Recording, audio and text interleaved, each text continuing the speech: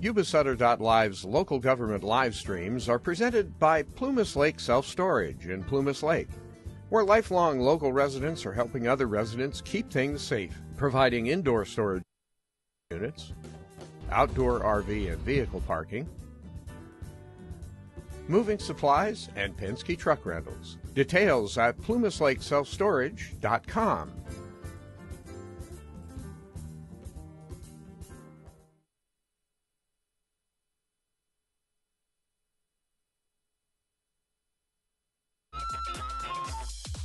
Skip's Marysville Music Cafe, with lessons, in-person and personalized. Instruments including guitars and amps, horns, strings for instruments, and a myriad of music and sound equipment. Skip's Marysville Music Cafe.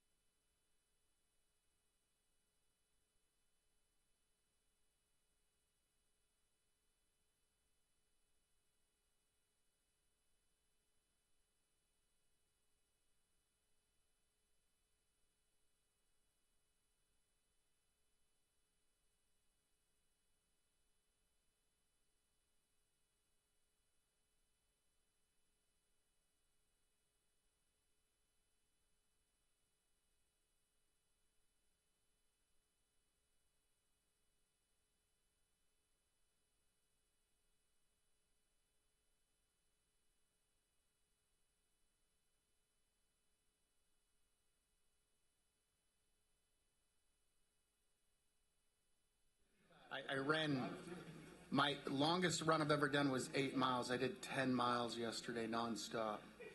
So I could barely move. Yeah. My wife's like, I got a rock in my shoe the last 3 miles, and she said, you stopped to pull a rock? I said, no, you grin and bear it. I said, because if I say I'm going to run 10, I'm going to run 10. I have a silver bullet. What are you talking about? Stop a day.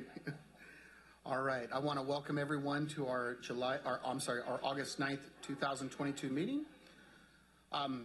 Members of the public will be allowed to address the board during the board's consideration of each agenda item. If you wish to speak on any item appearing on the agenda, please fill out a speaker card noting the number of the agenda item about which you wish to speak and present it to the board clerk. If you wish to speak about more than one agenda item, please fill out a separate card for each item.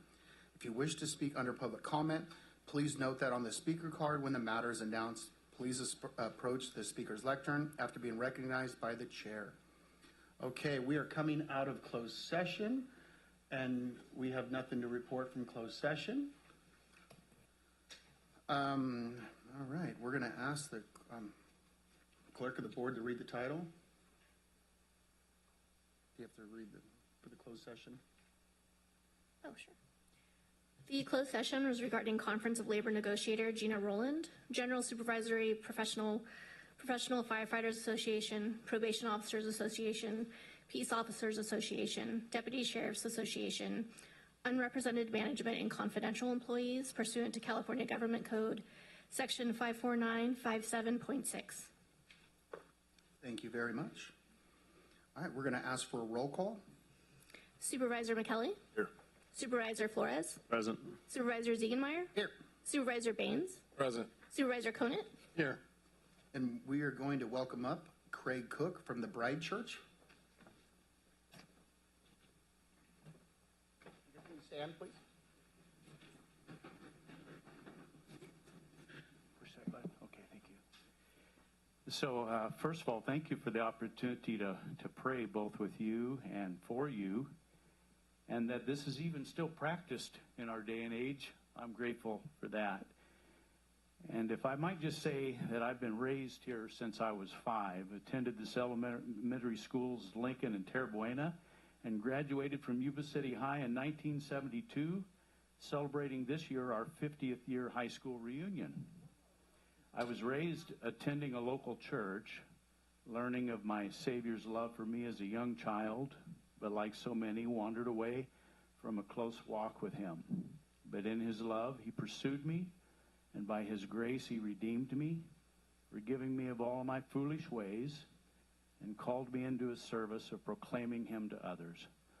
And after college, preparing for ministry, my wife Nancy and I felt called back to this area where we have raised our family and served in 2 pastoral positions, as well as at times teaching in the local schools, owning our own child care center, and serving as realtors in the area as well.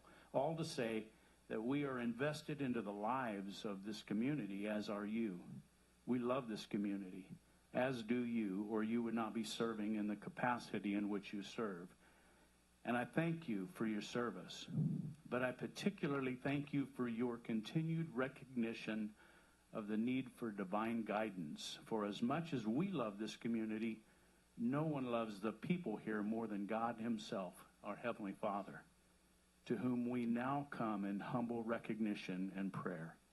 Please bow your heads with me. Our Heavenly Father, we come before you humbly, confessing that you are God and we are not. For thinking otherwise, we ask for your forgiveness. And you are not a God to whom we throw up a prayer hoping somehow that it sticks. For your Son Jesus has taught us by his life and word that you are intimately acquainted with all our ways, knowing our needs before we ask, knowing even the very number of hairs upon our head. And you bid us, you welcome us to come before you and ask. You are wise in all things. We are not. For thinking otherwise, we repent. Your word teaches that the proper fear and reverence of you is the beginning of wisdom. So whereas we have foolishly left you out and relied upon our own ingenuity and skills, we now turn to you and ask for your wisdom. We so need it. You are holy and just, caring for the downtrodden. You are loving and kind and gracious, and often we are not. Forgive us, and by your Holy Spirit, help us to remember that each of us is made in your image and is to be treated with respect, honor, and dignity. And as you have urged the faith community in this community in your holy word to intercede and pray and give thanks for the civil servants and all our leaders, help us to do so, and forgive us for not doing so. And Father, forgive me for complaining more than I have prayed. I now pray for these leaders in these very difficult times, for your strength, and for the people of this community and for the people of this great country to be touched once again by a move of your divine Holy Spirit to bring healing of hearts to this great nation you sovereignly ordained.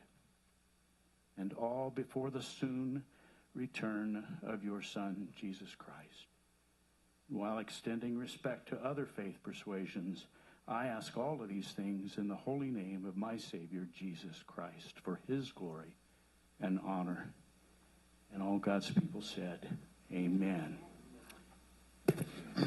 If I could have Mr. Thomas Burns lead us in the pledge. Pledge allegiance to the flag of the United States of America and to the republic for which it stands, one nation, under God, indivisible, with liberty and justice for all. It's the best way to start a meeting out right there.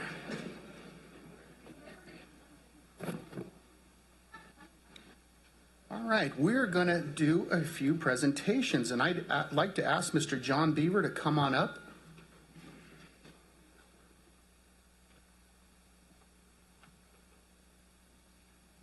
Test. If we could all come on down here to the front. Yes.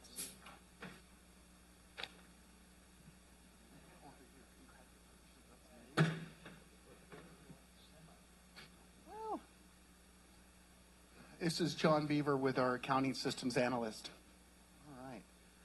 Whereas John Beaver retired from the Auditor Controller's Office on July 16th, 2022 with over 15 years of dedicated service to Sutter County and the residents of Sutter County, and whereas John held the position of accounting systems analyst since March 2005, John managed the county property tax apportion system, performed accounting for various types of benefit assessments, special assessments, and bonds. He also managed the roll correction process and procedures for the 6 property tax rolls, process in lieu requests, and transportation tax apportionments, and whereas John served as a subject matter expert on property tax and assisted the public citizens by researching taxpayer questions. He assisted with other accounting functions, such as review of the treasurer's quarterly cash and investments reports, and he also prepared the budget reports and property tax reports, such as IRF, debt and service, and transportation tax for various government entities and special districts. Now, therefore, be it resolved that the Sutter County Board of Supervisors offers its congratulations and sincere appreciation to John Beaver and causes the names of each of its members to be affixed to this gold resolution as evidence of the board's individual and collective appreciation for 17 years of dedicated service to the Sutter County and the residents of Sutter County. Thank you, John, for everything.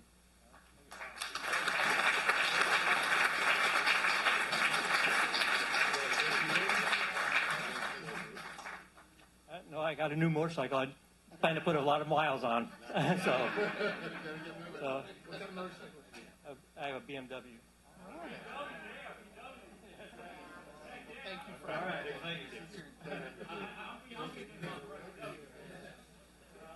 All right. Next, if we could keep the board up here, we'd like to, we could get Tony on up here.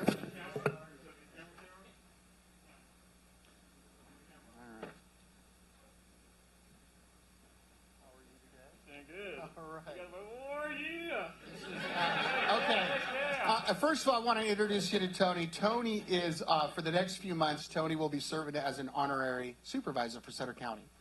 So this is something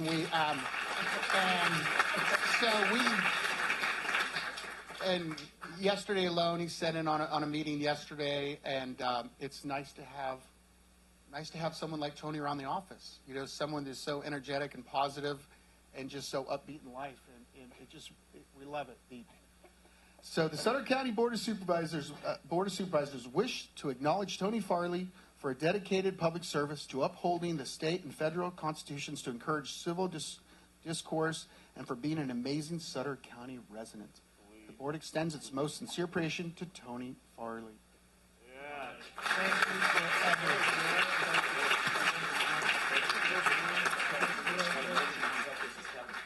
And if I can get our sheriff over down here and our fire chief down here to get in a picture, because you are and Zachary, okay, we'll do a picture and then I'll let Tony say a few words.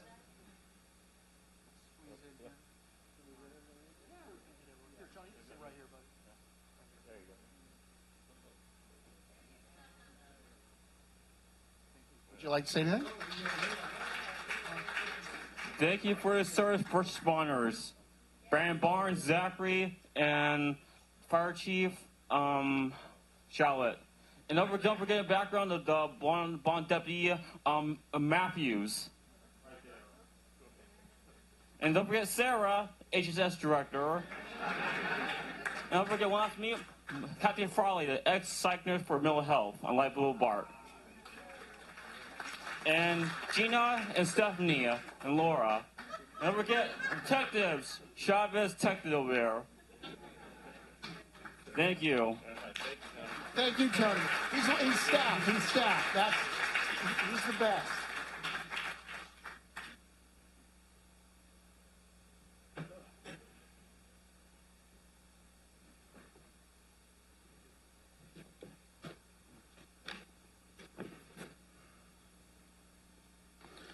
All right. We're going to open up the public comment. Members of the public will be allowed to address the board on items of interest to the public that are within the subject matter jurisdiction of the Board of Supervisors. State law provides that no discussion or action may be taken on any item not appearing on the posted agenda. All right.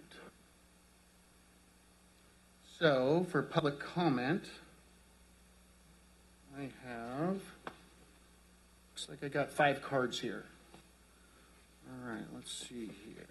First of all, we're going to have Mr. Mark Highland.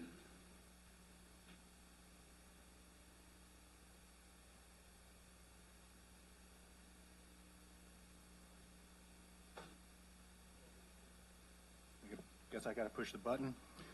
Is it on? It is. Okay. Is it now? Can you hear me? Confirmation? Good. I am the newly elected Sutter County Peace Officers Association president, and I've been asked to come and bring forward to the Board of Supervisors some concerns from my members. For the last 15 years, Sutter County Sheriff's Office has been the lowest paid department when it comes to law enforcement personnel in the area, and that gap has only grown in the last 15 years. In the last, as of 2 days ago, because that's when I was at the office and I pulled these numbers, of this year, we have taken 2,600 reports and fielded 20,000 calls for service. As of today, we are slotted for 36 deputies to be patrolling the county of Sutter. As of today, we have 20 operational personnel. That shows us at 55% staffing. With that lack in staffing, we have short-staffed detectives, narcotics, gangs, and our community response team, which includes the response team that deals with the local homeless issues. We continue to lose people to bordering agencies such as Yuba City, which is 1.5 blocks away from our department, and Yuba County, which is just across the river and less than a mile away from our department. With their pay and benefit packages, The people that leave us and go to them an average take-home allotment of $900 to $1,300 more a month than we are able to pay our deputies. Most of those deputies are young. They have families. They are single income earners, and $900 to $1,300 a month is substantial to those household incomes. And because, in addition to the lack of personnel, other deputies have been forced to work in excess of overtime. You can do an audit of our overtime shifts, and you can see that some deputies are working in excess of 60 hours of overtime per pay period, which equals 70 hours of work per month, or per week, excuse me. With that overtime causes family issues. Wives don't want their husbands gone that long. Husbands don't want their wives gone that long. And then we start getting pressed from our families to seek outside employment so we can make the same amount of money and not work as many hours and have more time for our families. I'm going to give you another 30 seconds if it's all right with you. Was that mine? I gotta hurry up. Keep on going. Keep on going. Service is already began to suffer. Routinely, as a supervisor, I have to pen my deputies responding to priority calls until they are able to respond with a back. We have a routine safety. We have, for our staffing, is 1 sergeant would be me, 3 deputies, and then 1 deputy in Live Oak. So that would be 5 deputies for the entire county of Sutter, including a supervisor, 608 square miles. So simple math says that's less than 1 deputy per 200 square miles. Staff is getting denied training because we don't have the ability to send them to training because we have to ensure the patrol's staffed. And the big thing is, per the California Constitution, and this might be a huge issue to some of the citizens here that don't know this, the only thing that the sheriff is required to provide to the county is a jail and civil service. He is not required to provide a patrol division. Detectives, investigations, patrol, narcotics, or gangs. He is not required to provide any of that. If we are unable to provide those services to the county, that will be contracted to the California Highway Patrol. It is a legitimate possibility based on how often we are losing deputies to outside agencies right now that the Sutter County Patrol Division Investigation Division are unable to provide those services within the next 3 to 4 months if we keep losing personnel as fast as we are losing. As it is, the average deputy on the street right now has 2 years experience. So we have deputies with 2, 2.5, 3 years experience trying to train brand new deputies right out of the academy. As when I came on patrol 15 years ago, I had guys with 10 and 12 years teaching me how to be a cop. So that is a huge liability in my opinion. I would love to answer any questions the board has. We can't answer to these right now just because it's not an agendized item, but once we get further in discussion on other items, I believe we'll be able to circle back. That'd be great. With that. Thank you very much, Mark. I appreciate it. And if we could ask Sheriff Brandon Barnes, your next speaker, if you can. Thank you. Good afternoon, and thanks for Mark's comments. I'm going to mirror a lot of the same themes, so I'll try to be brief. But, you know, as sheriff, I think I have an obligation to make this board and this community aware of issues that are occurring within the sheriff's department. So we currently have an ongoing staffing crisis that we're working to address. So the issues result from a lack of qualified, in some cases, uninterested people who want to work in the law enforcement profession. So what this has caused is kind of a bidding war for those that are qualified and want to seek employment. So departments are providing higher salaries and comprehensive incentive packages to take employees from other jurisdictions. So I previously spoke before the board back when we did the staffing analysis, and at that time I reported to you guys that we had 11 vacancies, right? Mark just shared the numbers with you, but I will add in addition to that, we have 5 vacancies in our dispatch and 6 additional vacancies in our corrections. So these vacancies are despite recent contracts agreements with both the Peace Officers Association and our Deputy Sheriff's Association. I will say that while I appreciate the board's leadership and their willingness to provide comprehensive salaries almost immediately, other jurisdictions responded by giving raises that again reset the market. We continue to lose good employees that are well trained to neighboring agencies, and simply put, we have to do more, as you heard. Neighboring agencies are providing higher salaries, more benefits, incentives, and signing bonuses that are in the range of $10,000 to $40,000 for lateral deputies. These agencies are also bringing our employees over at a higher salary step to further incentivize them leaving Sutter County. So what does this all mean? Well, you heard some of it. My office has had to provide service reductions in some key areas. Currently, 3 of our 5 detective positions are not filled. We have no deputies assigned to Net 5 or the Gang Task Force. We are down 3 vacancies in the city of Live Oak. Our contracted position for court security is vacant, and our community response officer that addresses issues relating to homelessness has been reassigned to our patrol division. Where we used to have a supervisor and 4, sometimes 5 deputies per shift, we're down to 3, some days 2 for the entire county. That's just unacceptable.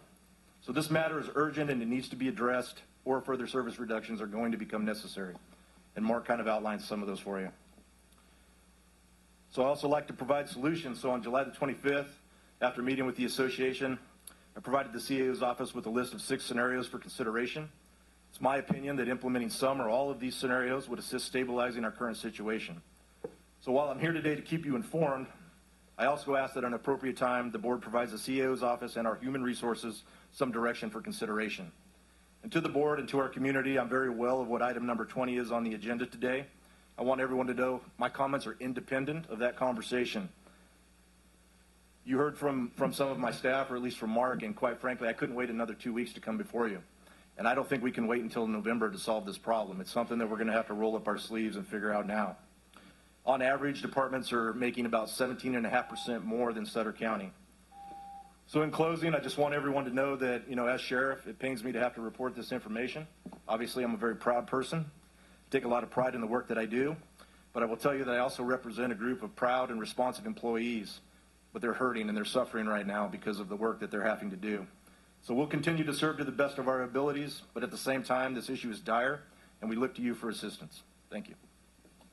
Thank you, Sheriff. No, I'm sorry, we can't ask. We'll have to wait until we move on in. We're going to ask Maggie Walker to come up, please.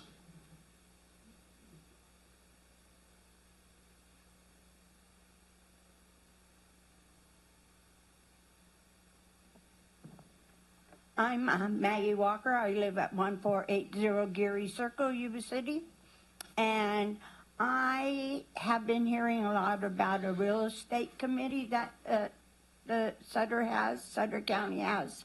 And I know in the 2021 grand jury report, it's about the Gray Avenue property, that the recommendation that was asked for policy and procedures for purchasing real estate, the Board of Supervisors disagreed. So there was an article in the paper this morning talking about the real estate committee getting together in regards to the Gray Avenue property again. And I was just wondering, is that committee open to the public, and when do they meet? I will comment on this because this is open, for that committee is open to the public. That committee met yesterday, and it meets every month, and you are more than welcome to show up. Every month on Mondays? Well, not every month. We'll actually have it posted. So if Tony or staff can actually give you the calendar, if you get with them and let you know when the next meetings are going to be, I'd love to have you there. Okay. Thank you very much, Maggie. Next, we'd like Mr. Thomas Burns, come on up.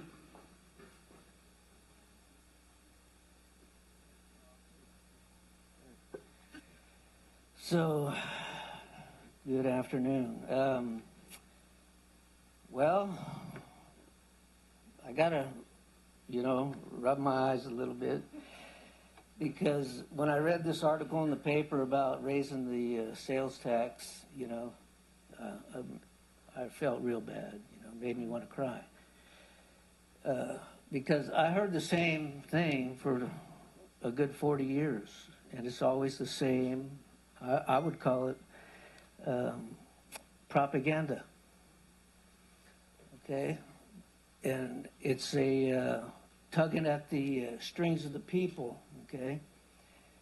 Saying, well, if we don't get more money, you know, we're going to have to cut the two things that are important to us, you know, and that would be police and fire, right? So when does it ever end? I mean, like I said, forever. But I just, I'm in total opposition to taking more money out of the people, okay? The people, believe me, I think they're paying enough, okay? So I stopped by, I talked to one business owner today, okay, and Allen's Auto Body, and he said, I asked him, how do you feel about this tax? Well, he feels the same way I do. We're sick of it, okay? And then I talked to, and he's working his butt off every day, okay? He's got employee problems. We all got employee problems. I mean, I was ticked off this morning because I heard a guy didn't show up. And I got ticked off yesterday morning because someone's got to have time off, you know? We're trying to get a job done. So we all got our problems when it comes to employee problems. And everybody wants more money, you know. Thankful to the administration for flooding the market with money, and like they did with their PPP program, and raising inflation to out-of-sight conditions. Okay, so, but I did look up some salaries, you know, from Sutter County salaries. And it was a mind blower to me, okay? What I found, it's called Transparent California. And, you know, Hardeep Singh, $610,013 salary and benefits, okay? And it goes on and on. We're not, you know, stupid out here. We're not in the dark, some of us. So, do I get 30 more seconds? Okay, thank you. You don't get unless you ask, right? But, you know, some of these salaries are ridiculous. I would say, you know, trim the fat out of those areas and give it to the sheriff's department. So you need to do something, but quit squeezing the people. Every business owner I talk to is fed up. Thank you. Thank you very much. And next, we're going to ask Miss Diane Jager to come on up.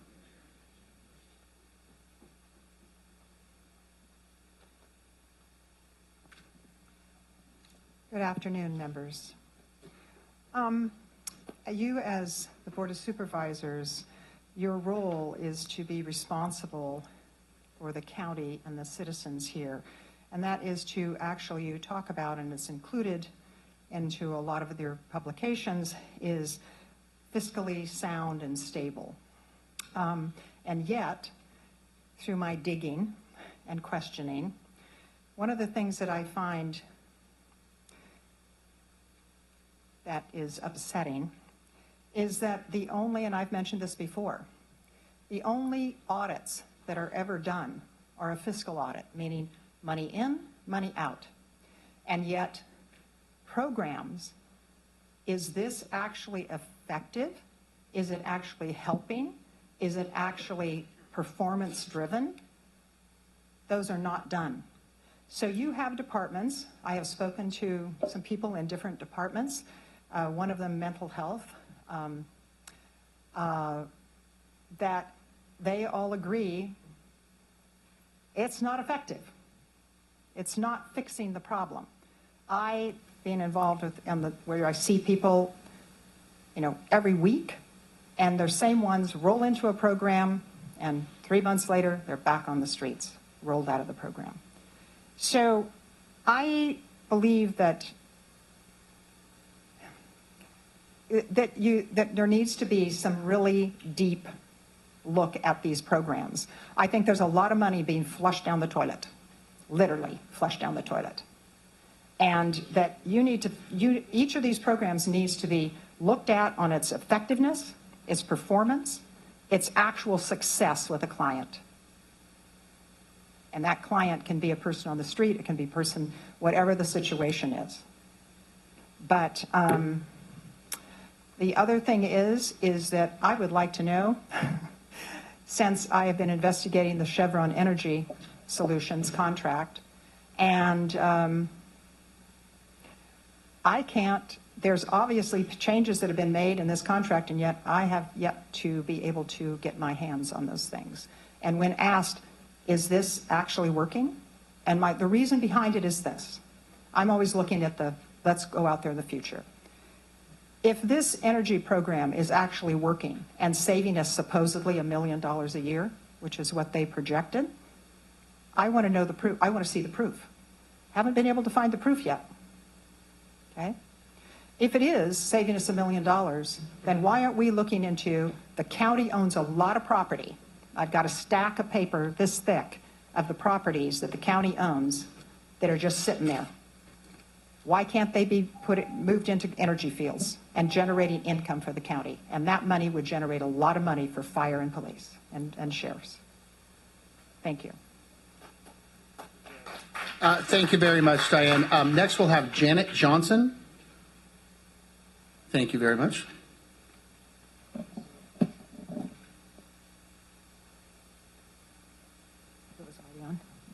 My name is Janet Johnson. I live at 74 La Mesa Way in a senior mobile home park on Butte House Road, Del Prado Mobile Home Park.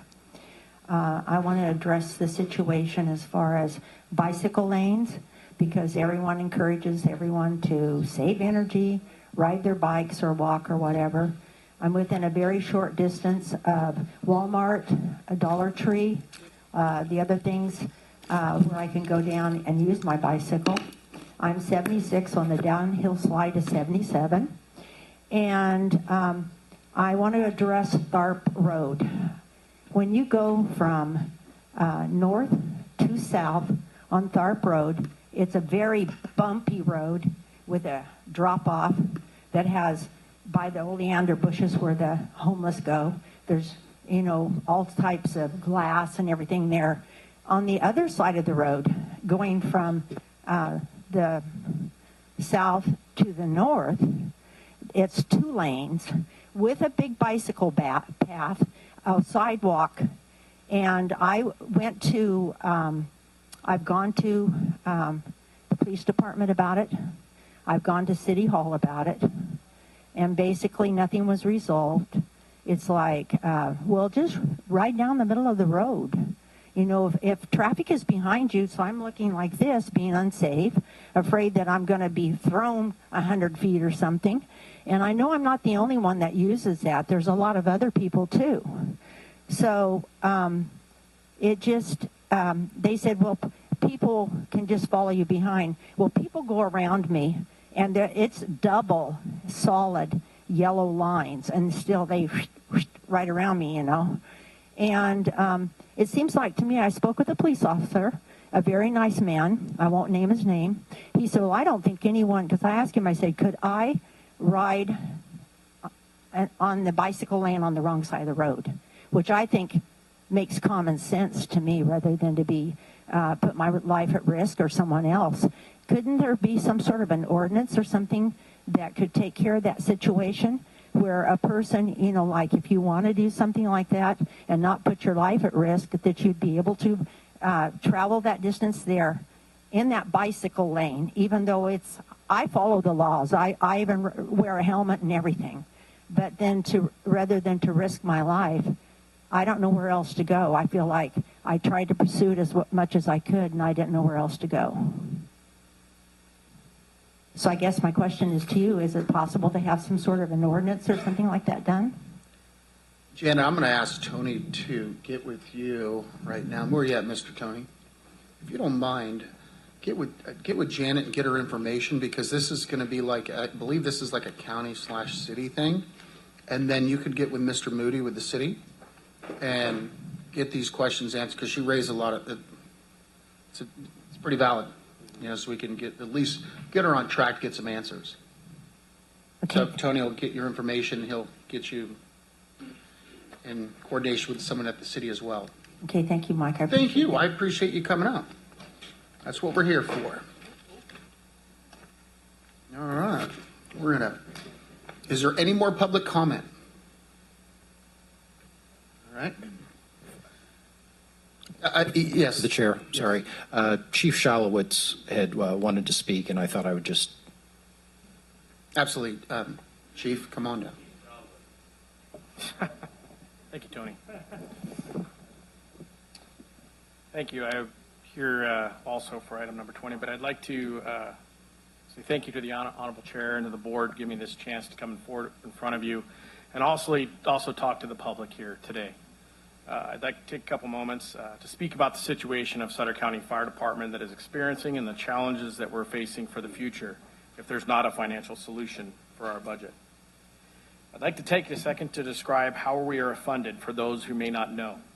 Sutter County Fire Department, also known as County Service Area F, has an operating budget currently of $3.4 million. That is separate from the general fund. The fire department relies on a very small portion of the county's property tax and a special fire tax that was put into place in 1997. This special fire tax is based off structures, not off property, and is a very small tax that has an inflationary factor there was no inflationary factor put into place back in 1997. I think we can agree that equipment and wages are not the same as they were in 1997, but we are operating with those same incomes. The fire department is currently staffed with 2 personnel per fire engine at the 3 county fire stations, one located in Live Oak, one located in Sutter, and one located in Oswald Tudor. Up until 2018, these 3 fire engines were being staffed with only 1 person. Majority of the time, except for Live Oak Station, when there was 2 firefighters every day. The station is partially funded by the city of Live Oak through contract and was able to have 2 personnel every day. I want everybody in this room to imagine if your family member was severely ill and required CPR, you would receive 1 firefighter to be able to do the life-saving techniques to be able to save your person, your family member. If this 1-person engine company was the only person responding for the ambulance, there may not be a good outcome. You also is imagine if your house was on fire. This is the first arriving fire engine. Per NFPA, they can take no action on your house unless there is a confirmed rescue. You would lose your belongings until we have further staffing come on. Per NFPA, we are to have 9 firefighters arrive on the first alarm for every fire. With that staffing plan, we would have 6. We are below the standard. With that being said, this has been brought up in previous grand jury reports and one of the main contributing factors to the major increase in workers' comp injuries that our department has experienced. Currently, our department pays over $600,000 a year in workers' comp, which is the budget of some smaller departments in this area, which is unheard of for any similar-sized department. In 2018, the department applied and was successful for the FEMA staffing grant called the SAFER Grant. This funded 6 firefighters for 3 years. Thank you. This grant came with a price match, which we would not have been able to accept without the gracious support of this board, committing the full $780,000 over the 3 years. This grant will end in 2023, and the department has reapplied for the FEMA grant, but has not yet been awarded. What does this mean? This could mean that the department would have to go back to unsafe staffing, risking the lives of our constituents and risking the lives of our staff members. Also discussed in the current and previous grand jury report is the status of our department's aging fleet and the cost to keep the engines on the road to respond to calls. On average, the department is spending around $120,000 a year just to keep the engines on the road with the repairs that are needed. Ongoing repairs that are not safety orientated are pushed off. This board did agree to purchase a structural fire engine this past year, which was very helpful, but because of the COVID pricing, we will not see that engine until October of 2023. The department desperately needs to replace 2 water tenders and 2 wildland engines as well. The 2 water tenders are over 25 years old. They've proven to be great apparatus, but are well past their replacement standard of 10 to 15 years and are having multiple mechanical issues, which are causing financial undue. The 2 wildland engines are over 12 years old, and as well as the tenders are starting to have those same mechanical issues that are causing us financial problems. I say all this to show that was previously stated to the letter, in a letter to the board that states we must do more with less. I stand here today to say we've been doing more with less for too long. We must come up with a solution. We are currently out to test for 3 open positions.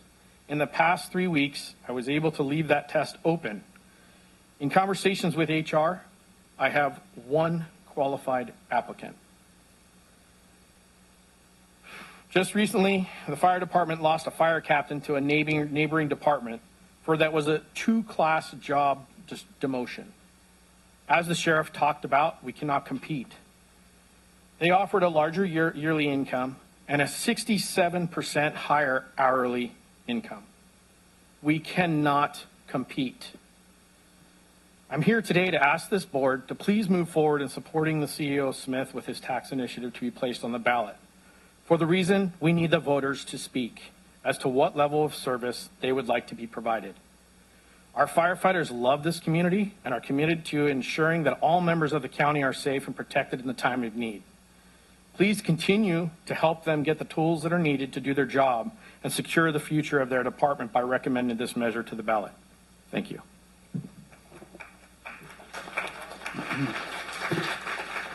Thanks, Chief. All right, we're going to move into the consent item if there's no other, no other speaker cards. The consent calendar groups together those items which are considered non-controversial or for which prior policy direction has been given to staff and that require only routine action by the board. The chair will advise the audience that the matters may be adopted in total by 1 motion. However, the board may, at its option or upon request of a member of the public, consider any item separately. All right, we have so we have a motion by Supervisor Conant. 1 through 13. 1 through 13, and a second by Supervisor Flores for 1 through 13. Can I get a roll call, please? Excuse me, Chair. Staff from Health and Human Services requested that item number 9 be removed from the consent calendar to be brought back at a later time. Okay, so you'll amend that motion then with number 9. I'll second. So we still have a motion by Supervisor Conant, second by Supervisor Flores. Can I get a roll call, please? Supervisor McKelly? Aye. Supervisor Flores? Yes.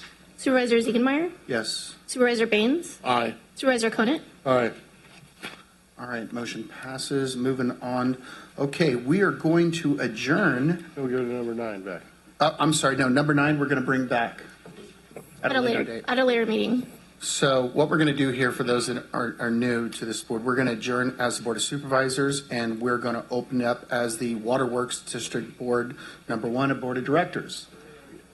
And we are going to let the roll call stand. And then members of the public will be allowed to address the Waterworks District 1 Board of Directors on items of interest to the public that are within the subject matter jurisdiction of the board. State law provides that no action may be taken on any item not appearing on the posted agenda. And we have 1 item on that consent. Can I get a... We have... Second. A motion by Supervisor Conant and a second by Supervisor Flores. Can I get a roll call, please? Director McKelly? Aye. Director Flores? Aye. Director Ziegenmeyer? Aye. Director Baines? Aye. Director Conant? Aye.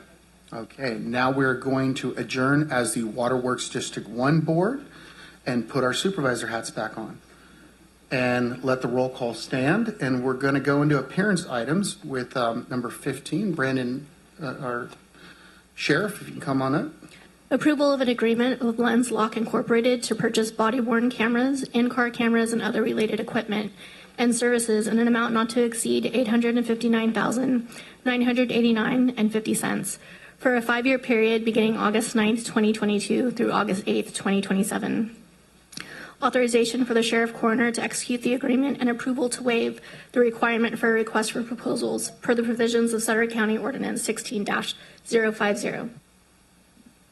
Okay, good afternoon, and thank you for your time, Honorable Chair and members of the board. So the recommendations were just stated, so I'm going to skip into the background a little bit.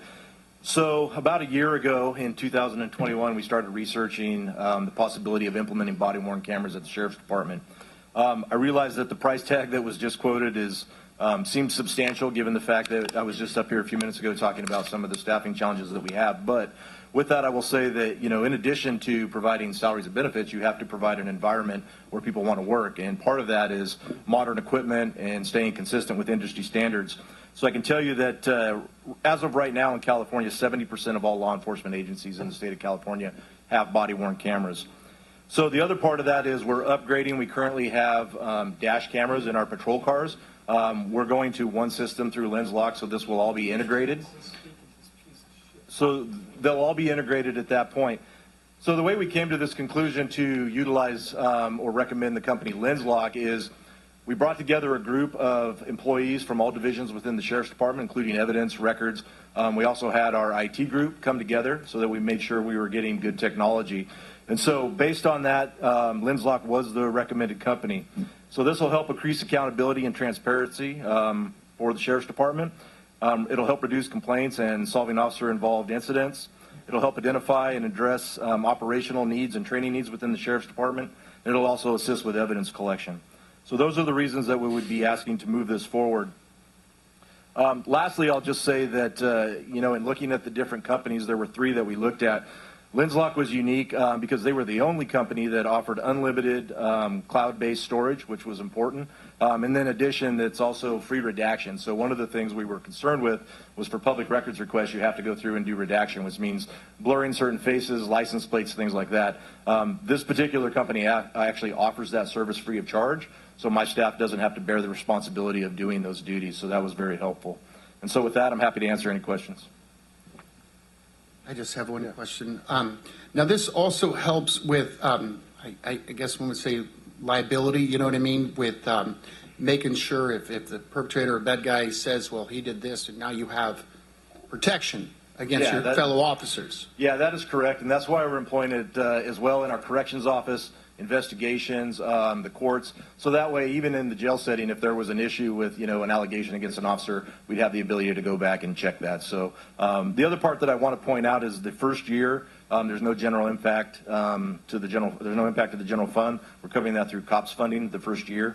So it'd be years 2 through 5 that we would have to, you know, look for assistance with the general fund. Sure. Yes. Okay. Thank you, Brandon. I fully support this. You know, this is transparency to the public. You know, the public is going to be able to see during an investigation, after the investigation is done, what really happened, and the courts will see that as well.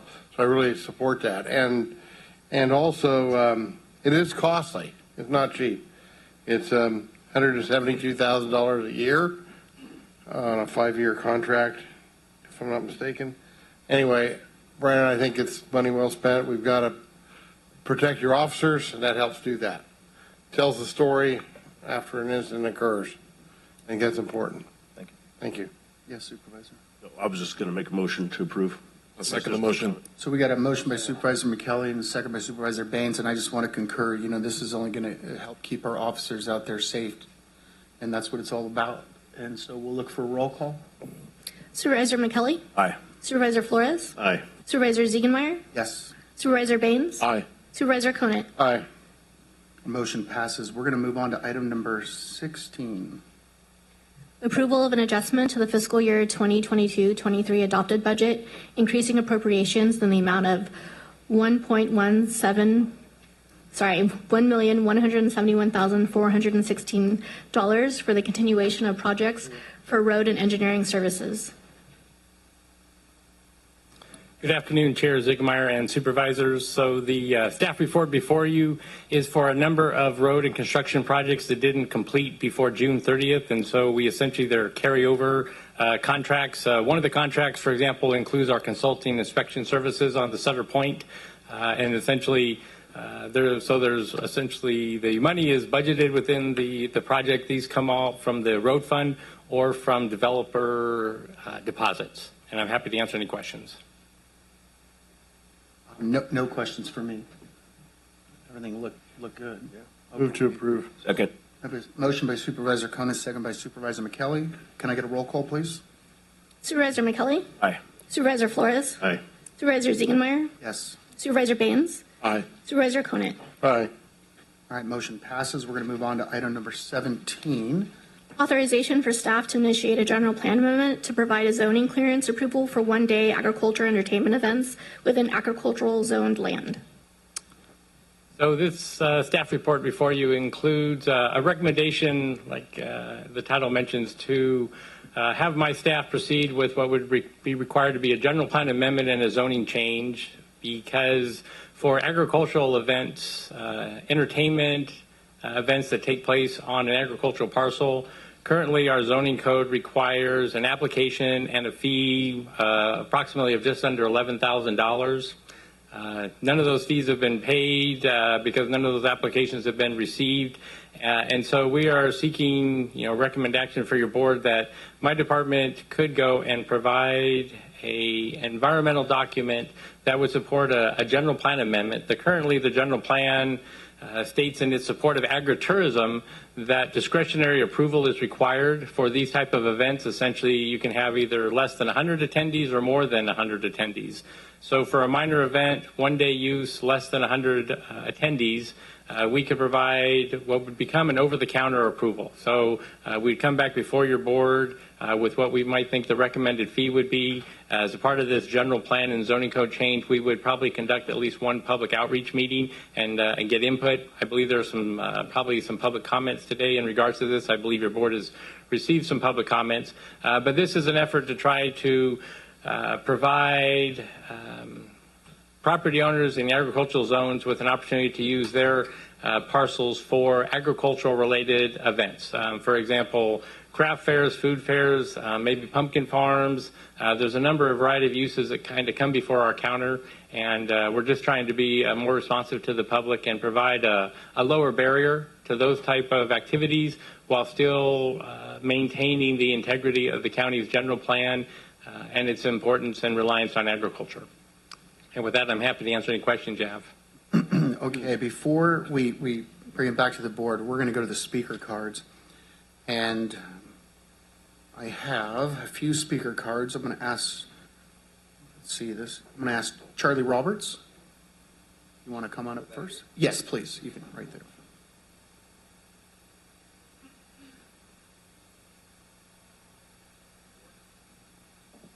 Thank you, Board, for your time in hearing me. My name is Charlie Roberts. My wife is a vendor at an event that was turned in to the county and has generated this whole process. I've worked with Neil quite a bit, talking about their $11,000 permit, and he worked it down to a $4,000 permit, and now he's down to looking at a one-day permit. I'm going to encourage him to look at making it like a fishing license, so you buy one and you're good for the year. But what I wanted to characterize is that one of these events, the person that owns the property collects a bunch of vendors, and they're all there selling candles and cookies and whatever they're selling. They're great events. The community has a lot of fun in our post-COVID holiday times with these events. But the person putting on the event might make $1,600 that day, collecting fees from little booths. And if they wind up paying $400 at the county for that event, that makes a tax from the county higher than federal or state taxes. It essentially makes the county a business partner in the endeavor. So just to kind of scale the event, evidently we're all in the wrong business. We don't sell body cameras. That would probably be a better business to be in. But so looking at the fees and then looking at making this process easy and simple, because not everybody that walks in there is used to applying for building permits or used to filling out long documents. If they can come in prepared, fill it out and do it once for the year, or if have to, once for every event, whatever the county decides, would be, whatever it would take to make it easier would be dandy. So, thank you. I apologize because I should have actually asked Tammy or Annie if they wanted to go first, but which one of you would like to go and then followed by the next? Annie? All right. Tamara, you can go right afterwards. My name is Anna Houston. I'm kind of the producer of the Little Buttes Farm and these events that are being referenced and brought this forward. I just wanted to thank everybody that came out in support, and thank you for the board for hearing our proposition and what's going on. And I would like to yield the rest of my time, if I may, to my mother, who will be speaking next. Tamara, would you like to come on down? And I'm happy to answer any questions you guys may have. No, not yet. I think, and we'll have some questions here shortly.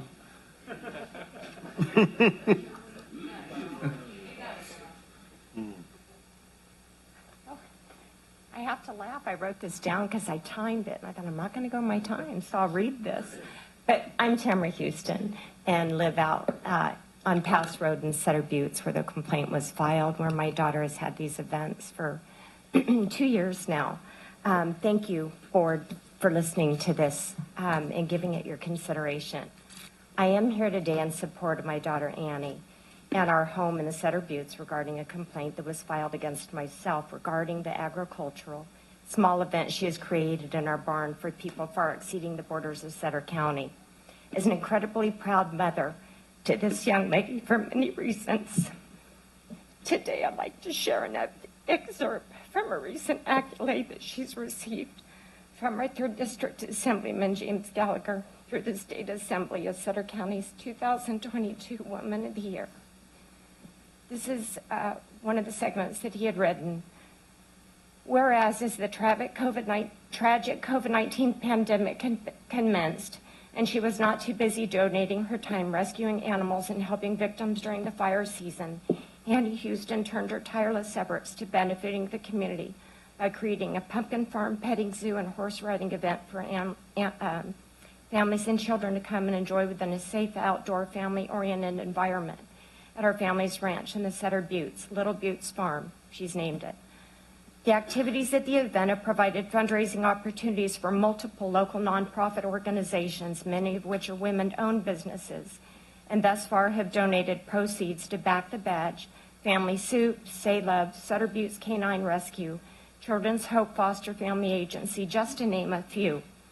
After nearly 2 years and a handful of events, on March 2, an anonymous complaint was filed by a former Sutter County employee and a neighbor for a non-existing parking issue. Annie and I have spent 5 long months battling to overcome continuous hurdles presented by the county. I am told this complaint has recently been withdrawn, causing me to wonder why we are even here today.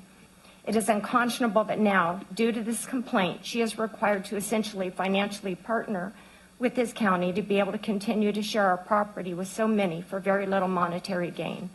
There are many private and public events within the rural areas of Sutter County that have no permits and would be financially unable to continue if there were. Our community is desperate for this type of activity, especially in difficult financial times for so many. To require a permit with fees to use our public streets and properties is understandable, but to hold small events several times a year on private property and be charged an administrative fee of any type by the county is administrative overreach.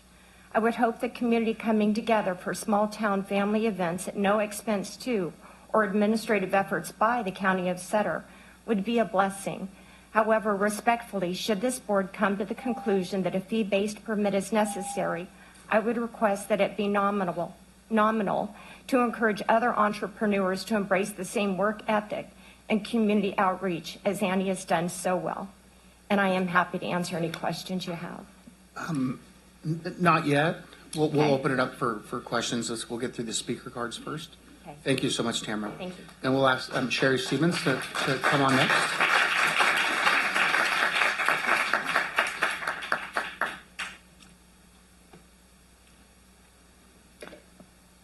Push this? Mm-hmm. Okay. You can tell I'm a newbie.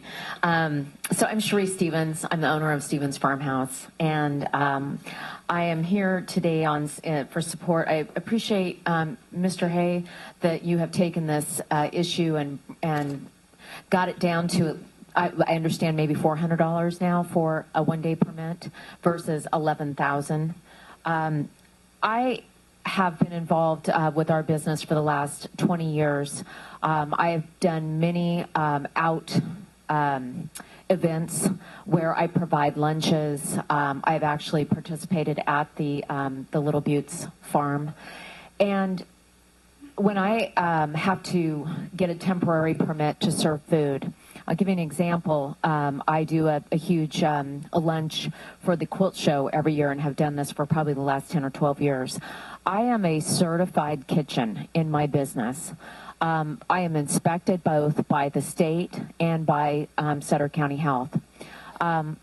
Where I serve food for the quilt show, that it takes place at the fairgrounds. The fairgrounds is a certified kitchen, but I have to go pull a temporary permit, which up until this last year was about $50 for a one-day temporary permit. It went up this year to $85. I asked the question, why am I having to pull this permit? I have a certified kitchen. It's inspected by both the state and this county. The fairgrounds is also a certified kitchen. It's inspected by this county. So why am I pulling this? When I fill out the permit, I'm putting down exactly how I'm handling my food, how my food is cooked, where my food is cooked, how it's processed, whether it's a hold temperature for hot, whether it's hold temperature for cold, everything. And the reason I bring this up is because I'm comparing it to pulling another permit for the use of private property. I'm comparing this because when I asked why I had to pay this permit fee, I was told because there may be an inspector who comes out to make sure you're doing what you should be doing. In 12 years, I've never seen an inspector come in to the fairgrounds to check to see I'm doing what I should be doing. So I just paid an $85 fee for nothing because I'm told the fee is to make sure they do their job, that they come out and they inspect me. But nobody's ever showed up to inspect me. I'm not excited about having you inspect me, but I at least should get what I'm paying for. And Annie, if she's paying a $400 fee for that day, for what? We all pay our taxes.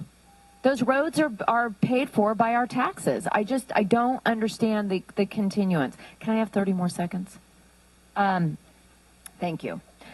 So I want to echo what Charlie said, and that is that, reasonable amounts, a reasonable fee. I still think $400 for a day is not reasonable.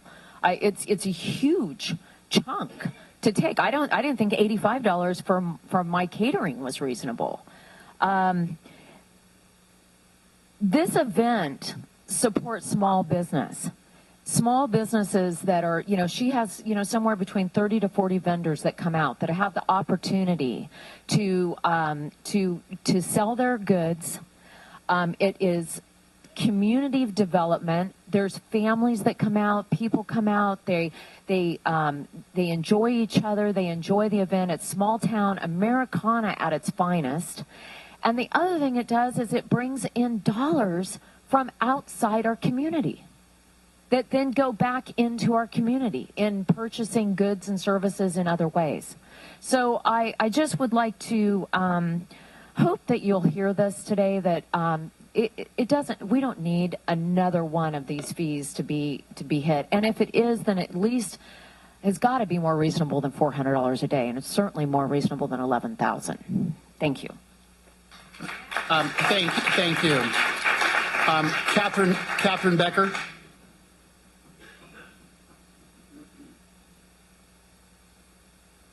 Hi, I just want to talk as somebody who goes to the craft shows and who has had booths at some of the craft shows. I have been to the Little Buttes Farm Show. It's wonderful. If you guys haven't gone, I highly suggest when she has it, go. There's other ones. There's the Farmer's Wife Barn Show. There's not that much to do in this area, admittedly, not for adults and not for kids. But when there's these good, family-friendly, healthy things to do, we should encourage it and not rob them. These people are just trying to provide a little service for the community. So I'm here in support of them. Thank you. Thank you. Thank you very much, Catherine. All right. With that being said, we are going to close the public comment. We're going to open up to the board. If you don't mind, I'd like to speak first since it's in my district. I'm right down the street from my house, actually. So I've talked to every neighbor, and I've asked every one of their opinions, and there's not one person that's not in full 100% support of this. So when Tamara first came up and we talked about this, and we were talking about the different usage of the property and so forth, and being able to have her fairs. Sherry did a couple of points were brought up and why you private property and so forth. I do agree with her, but we can't have events going on all over the place that we don't know what's going on, because what will happen is eventually someone will call the sheriff's department and say, hey, they're being really loud or so forth, and it'll get shut down.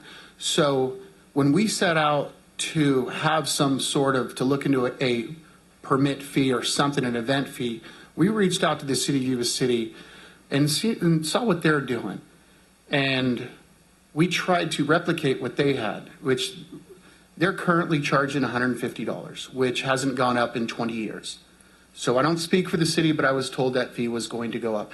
And the fee is not a moneymaker. The fee is just to know more or less what is going on in the county or in their city. So that's what we wanted to more or less put together here.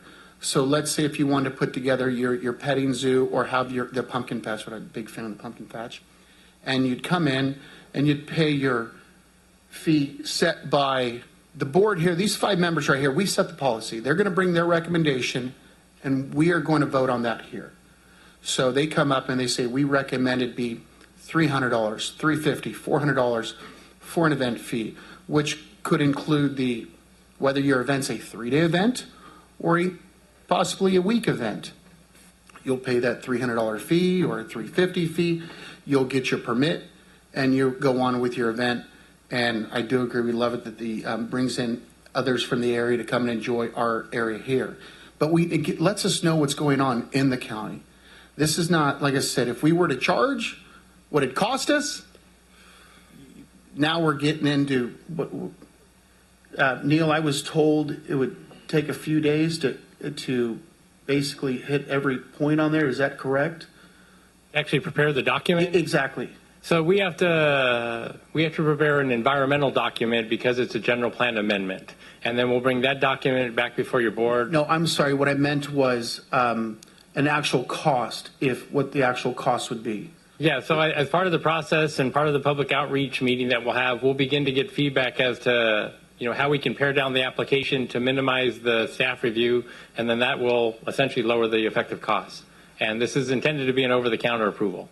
Yeah, so that's what we're hoping for. That's what we're shooting for, is an over-a-counter, not something you have to go to this department, this department, this department. It's all one-stop shop. But, Neil, are we, in the language here, I noticed you put down 1 day, fee per day. Like I said, my goal was to put that as an event fee for the event. Right, and I guess all of that is subject to, 1, obviously edits by your board in direction to my department and myself, and then 2, then we will essentially get public outreach and provide alternatives that then we can share with your board as part of this process. So that if you want a weekend day approval, if you want, essentially we can make as dramatic a changes to you want to the county zoning code and general plan, that then, you can get to where you don't have maybe just an application with a minimal fee. It just requires a more robust environmental document to comply with California standards, and then your board would review that and approve it. So that's what we're voting on today, not like I said, I just want the Houstons to know me personally, the language that we want to see in there. So is it important, that portion right now, or just a vote to get this, to get the study session going, or the study going to get to? So I can certainly incorporate your direction that you'd like it to be a multi-day permit, or even a certain number of events per year at a location. We can incorporate all that into the document when we do it, and then we'll provide, like I say, feedback to your board. With that being said, Tamara, would you mind coming back up so we could, everything we've talked about so far, how's that sound? I think the fee's exorbitant. Okay. I really do. And I think what you're going to end up having are there are a lot of really cute, neat community events that go on. And there are a lot of events that go on in Sutter that are very public events that, to my understanding, are not permitted. And that's Bike Around the Butte, Spirit Mountain Run, Easter service. My understanding, unless Mr. Hay can tell me differently, is none of these events are permitted. And I know I was told the lady that produced Spirit Mountain Run, she wasn't required to get a permit. All right, I can answer. So some of those events do get parade permits through the sheriff's office. So what would, what do you think, what would it feel like? So right now, Yuba City's ordinance, you can't have,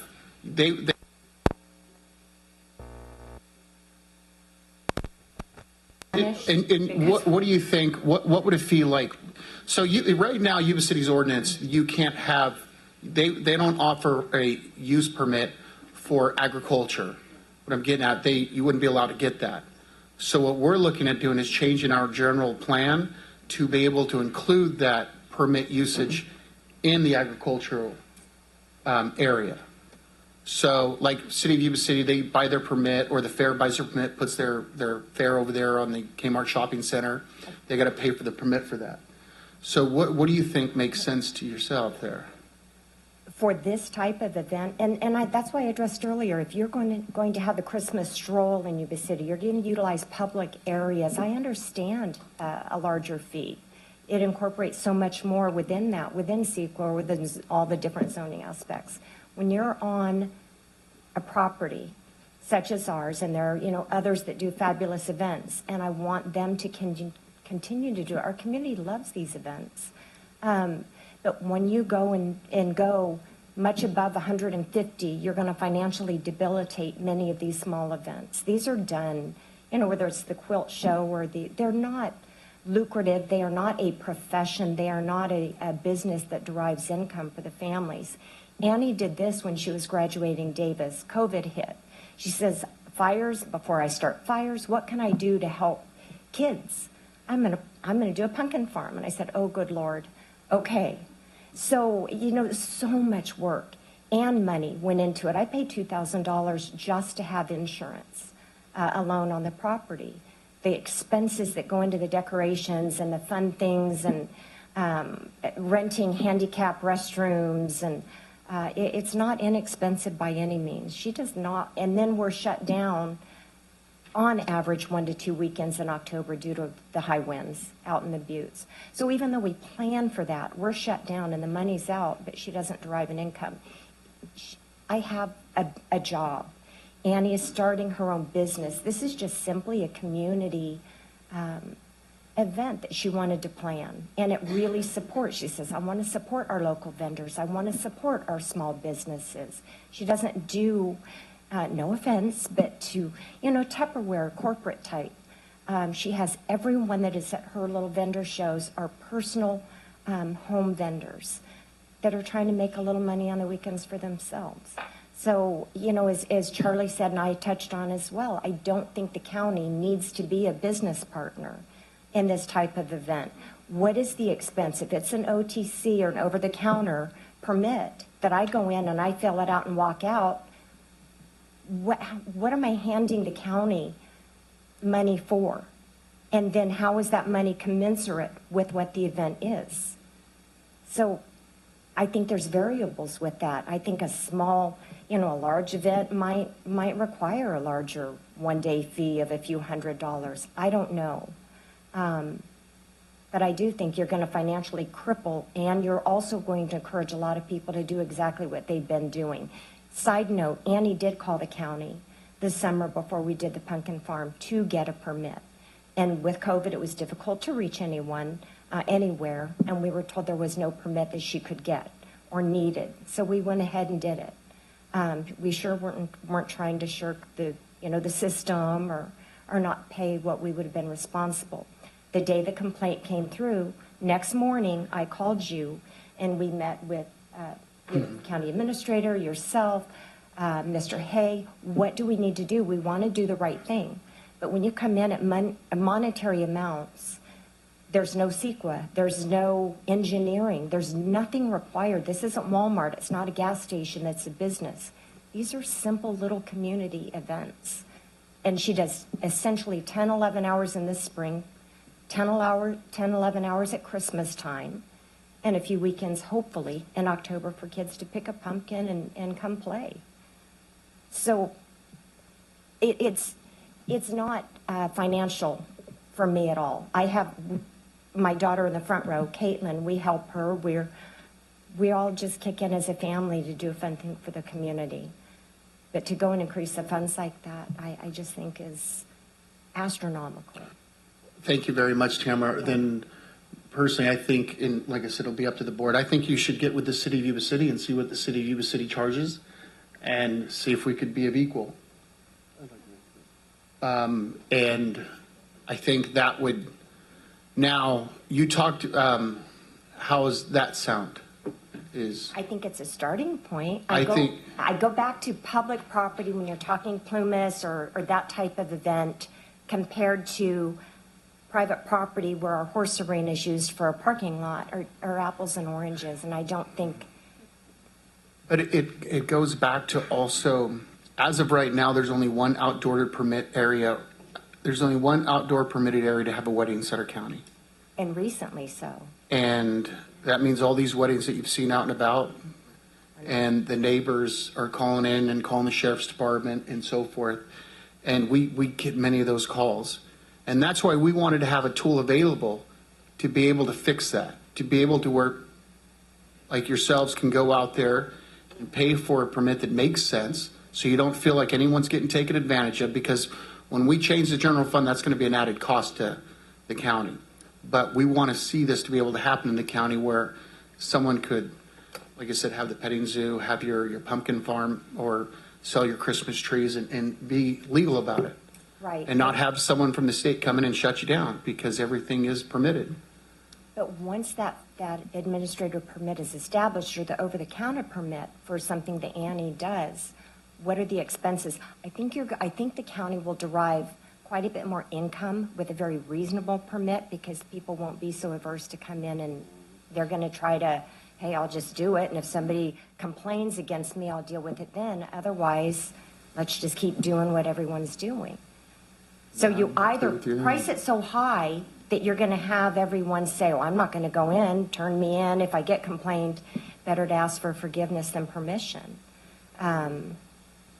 I agree with you there. And like I said, that's why I reached out to the city and asked them, and they said, we try to make it at this price. It costs us money every time someone gets a permit, but we want to make sure we know what's going on. But I can't imagine it costs more than $150 for me to walk in and fill out a document. And I don't think the permittee should be the one that support financially the preparation of these documents. That's why we pay our taxes in the county. So once it's prepared, sure, is there a reasonable amount? Maybe there's a public property event permit versus a rural private property. I don't know. That's something I defer to y'all. There's just something to think about as well. Thank you, Tamara. Thank you very much. So we have a comment by Supervisor Conant. Okay, so I couldn't agree more. I think the county's fees are too high on some of these things. I think that we need to make life simpler for everybody. Neil, I'd go one step further. We've talked about this before. I think we only have a couple of, one, I guess, venue for weddings, outdoor weddings, and in the county. And I think there are other areas that should be permitted. You know, if they have adequate parking, adequate egress, safe egress to and from a county road, and they have correct facilities and designed well to handle the traffic, I don't see any reason why we can't have an easy-to-get wedding permit for 300 people. If you limit it to 100 people, most people's weddings are more than 100 people. By the time you get all the family and relatives and cousins and aunts and uncles, you end up way more than 100 people.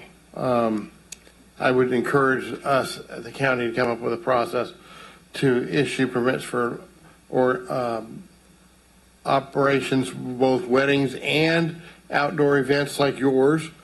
that would be less than 100, and maybe one that's for more than 100, but maybe the one that's for between 300 and 100 needs to be a little more inspection. But I don't think we should do a full-blown EIR. I just think that's ridiculous cost to do that. Anyway, that's my points. Thank you. My question is going to be the county council. What Supervisor Conan just mentioned, is that possible? It wasn't agendized for that subject, so I would say not at this time. And then just a reminder so that everybody's on the same page, the action today is just to authorize development services to initiate a general plan amendment and not to authorize the fee or any of those details. And I believe Neil had mentioned that all of that can be worked out through that process. Process. All right, with that being said, can I get a motion? I move for approval. Second. We got a motion by Supervisor Flores, second by Supervisor McKelly. Roll call, please. Supervisor McKelly? Aye. Supervisor Flores? Aye. Supervisor Ziegenmeyer? Aye. Supervisor Baines? Aye. Supervisor Conant? Motion passes. And we're going to take a short break. And please stick around. We've got a couple important issues still coming up. We're offline, but you could ask it to me. I'm right here.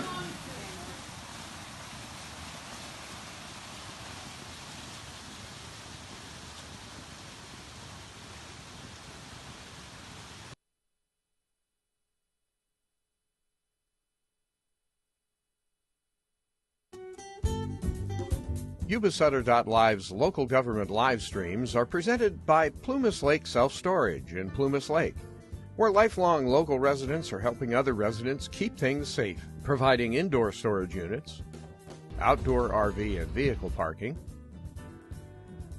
moving supplies, and Penske truck rentals. Details at plumaslakeselfstorage.com.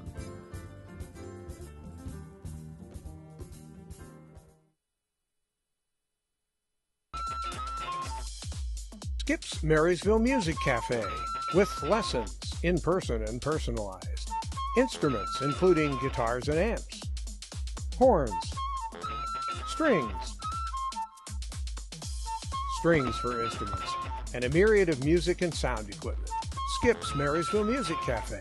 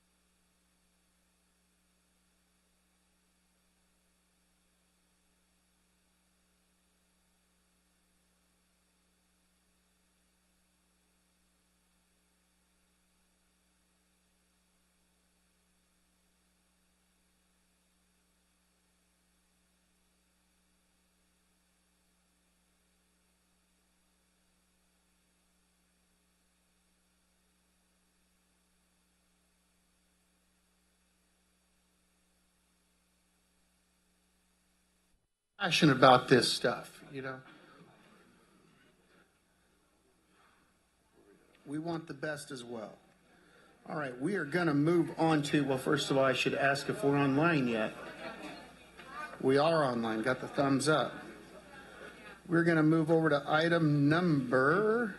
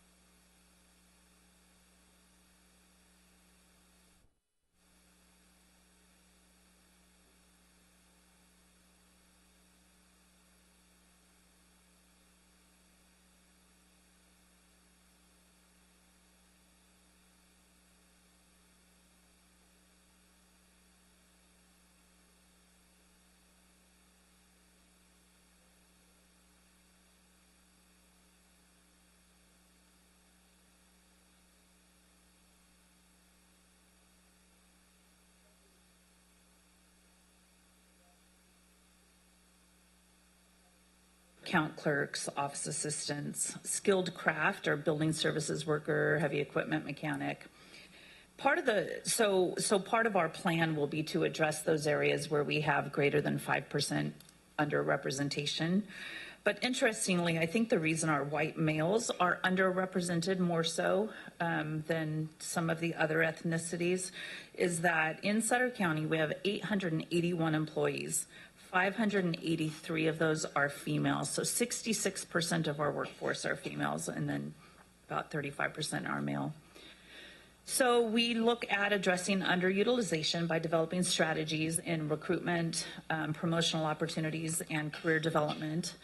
And these are some of the strategies that we've identified for the next 3 years. So we'll take a look at our tests that we give when we do recruitments, make sure that they are the most reliable indicators for a well-qualified candidate, develop partnerships with area colleges to recruit students for county jobs in the service maintenance category, outreach with professional and civic organizations to get to improve the applicant pool, do a better job with the advertising, continuing and expand participation in job fairs, and then continuing to outreach to organizations that are specific to those minority and women's groups that are underrepresented. The plan also identifies responsibilities for various individuals in the county, CAO, make sure all department heads are held accountable to follow the plan. My office implements the plan. Managers and supervisors need to make sure that employees understand the plan and that they're promoting a work environment that affords equal opportunity and protects employees from harassment and discrimination. And then employees obviously need to hold themselves accountable to contribute toward a respectful and inclusive workplace. And with that, I'm happy to answer any questions. Is there any speaker cards? No speaker cards. Open up for public comment. No public comment. We are going to close public comment and bring it back to the board for discussion. Move for motion. Mr. Chair? Yes, sir. Move to approve. So I'm sorry. We have a motion by Supervisor Conant. Second. The punch, and second by Supervisor Baines. Roll call, please. Supervisor McKelly? Aye. Supervisor Flores? Aye. Supervisor Ziegenmeier? Aye. Supervisor Baines? Aye. Supervisor Conant? Aye.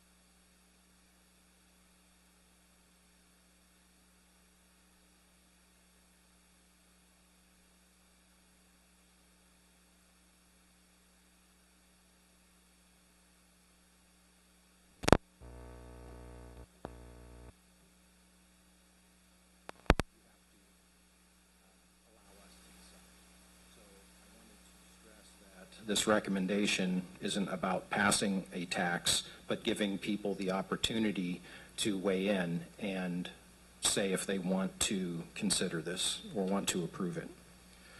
So what I thought I would do in part is I've been giving presentations throughout the community, different districts, and also to service groups. I have more coming up. But I thought I would go through and show you what I've been trying to get out to the county. I had an op-ed in the paper not too long ago. I appreciate that the paper printed that, and I have a color map from that as well. So I'll go through and go over some of these points, and then feel free to ask any questions. And then I have some additional information from staff here that will speak to some of the finances as needed.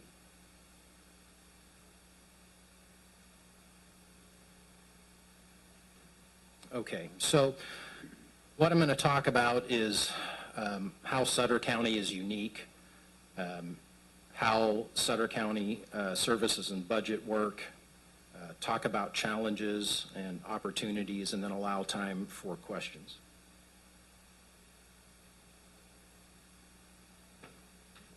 So a little bit about Sutter County. Sutter County is one of the original 27 counties, founded in 1850, about 600 square miles, and our most recent population estimate is just a hair over 99,000 people. We are 88% prime farmland and have 260 miles in river levees, and 68% of the county is in a federal or state flood zone, and that's an important number, and I'm going to talk a little bit more about that, but I'm going to move on. So just a few fun facts for people to know. This was the birthplace of John Montgomery, inventor of the airplane. He doesn't get the credit because it was a glider versus the Wright brothers who had an engine in their plane. So birthplace of Caterpillar Tractor Company, birthplace of Thompson seedless grape, and we export crops to more than 80 countries. I have a little graph, but you can't see it, so I'll just let you know. We've looked at, we did some polling in the county right before COVID. I think it was January or February of 2020. And then we just did some in December. And then recently, just maybe a month or so ago.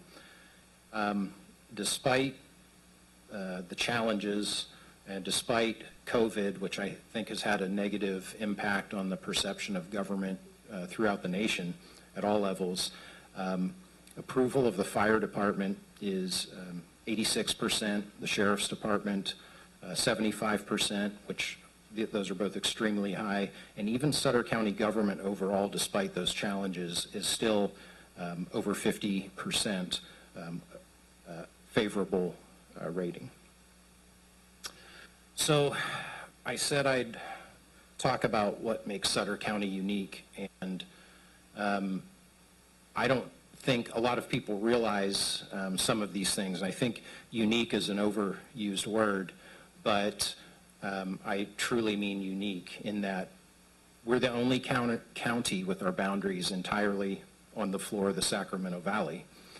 The rivers surrounding us have helped create the prime agricultural soil that we have in this area and that we're blessed to have.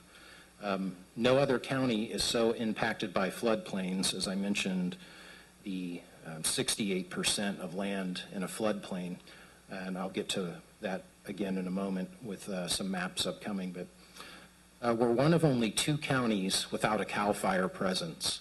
The other county is San Francisco, so we do have something in common with them. And we're the only county in the state to not receive PILT, which is payment in lieu of taxes that the federal government pays to counties to make up for the fact that federal government land cannot be taxed. So that ranges from a few $1,000s to some counties to $4 to $5 million for counties. We do not receive any of that. The county is made up of 6 distinct flood basins. You'll see the main kind of Yuba City basin that makes up a lot of the county, Meridian, Robbins, and then down south, North Natomas, Nicholas, and Pleasant Grove, Trowbridge. So this is what was printed in the paper. Unfortunately, I didn't pay the extra fee for the color ad, but when you see it in color, you can see that about 17% of the county is developable. The 68% of land in a floodplain is the highest in California, and the next closest county percentage-wise in a floodplain in California happens to be neighboring Yolo, and they're in the mid to upper 30s. So we have almost double the floodplain that any other county has. So it's a blessing and a curse, right? The good is that we won't develop like other counties, and we won't become overcrowded, and we'll have plenty of ag land. The bad is we won't develop like other counties. It's a challenge to bring in businesses and industry, and I know there's probably people in this room that are challenged by that. I know Supervisor Conan, if your walnut hauler burned down or more than 50%, what would you have to do to rebuild it in the same place? Or raise it 8 feet. Yeah, which just They're not getting the trucks in there. Yeah, it's just not practical, and we've been fighting that for a really long time with FEMA. So, moving on. So part of what brought the focus to the financial challenges is a couple years ago, the grand jury released a report entitled, Is Sutter County Playing with Fire? And the recommendation stated that, that the county should consider a tax measure to assist with fire. There's outdated equipment, staffing shortages, and inadequate funding streams. Chief Shalowitz spoke to that earlier, how the special fire tax does not have an inflator. And for example, if you have a 2,000 square foot home, you pay about $40 a year into the special fire tax if you're in the area CSAF. But with that, only in that area do people pay that, but the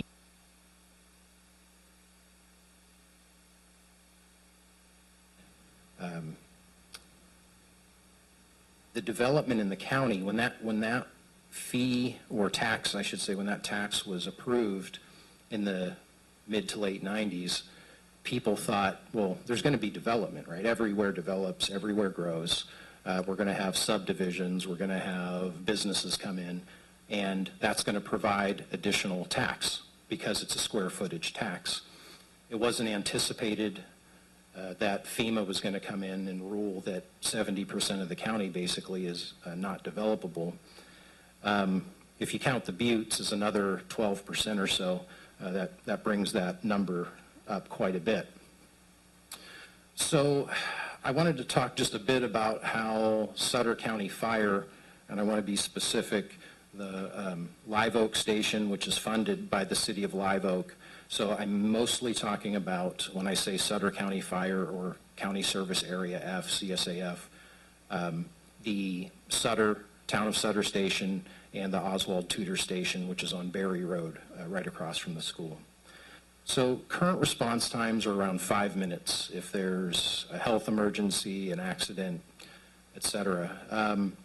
Closure of a fire station, we've talked about this a little bit in some mailers that we sent out to the public. I think if something drastic were to happen, most likely the first thing would be to look back, to revert back to possibly volunteer stations.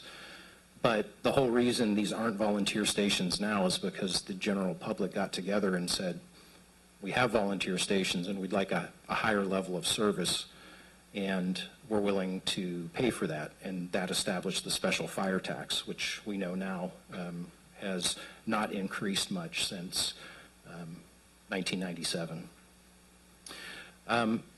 If we were to have to go to a volunteer status on one of the stations or just reduce service out of that station, there are going to be impacts to mutual aid. When the city of Yuba City is covering Marysville for an event, we're covering Yuba City. I think it's fair to say Yuba City probably covers Sutter County more than we cover them, but it is a fact that this occurs. Time responding to accidents when you're traveling south or you're traveling west out of the county into Colusa, all of those response times could stand to suffer. It also mentions here on the slide potential increase in fire damage and insurance rates. I haven't been able to find good figures on that, so I don't want people think that we're trying to scare them and say, oh, if a fire station closes, your homeowners or your fire insurance is going to go way up.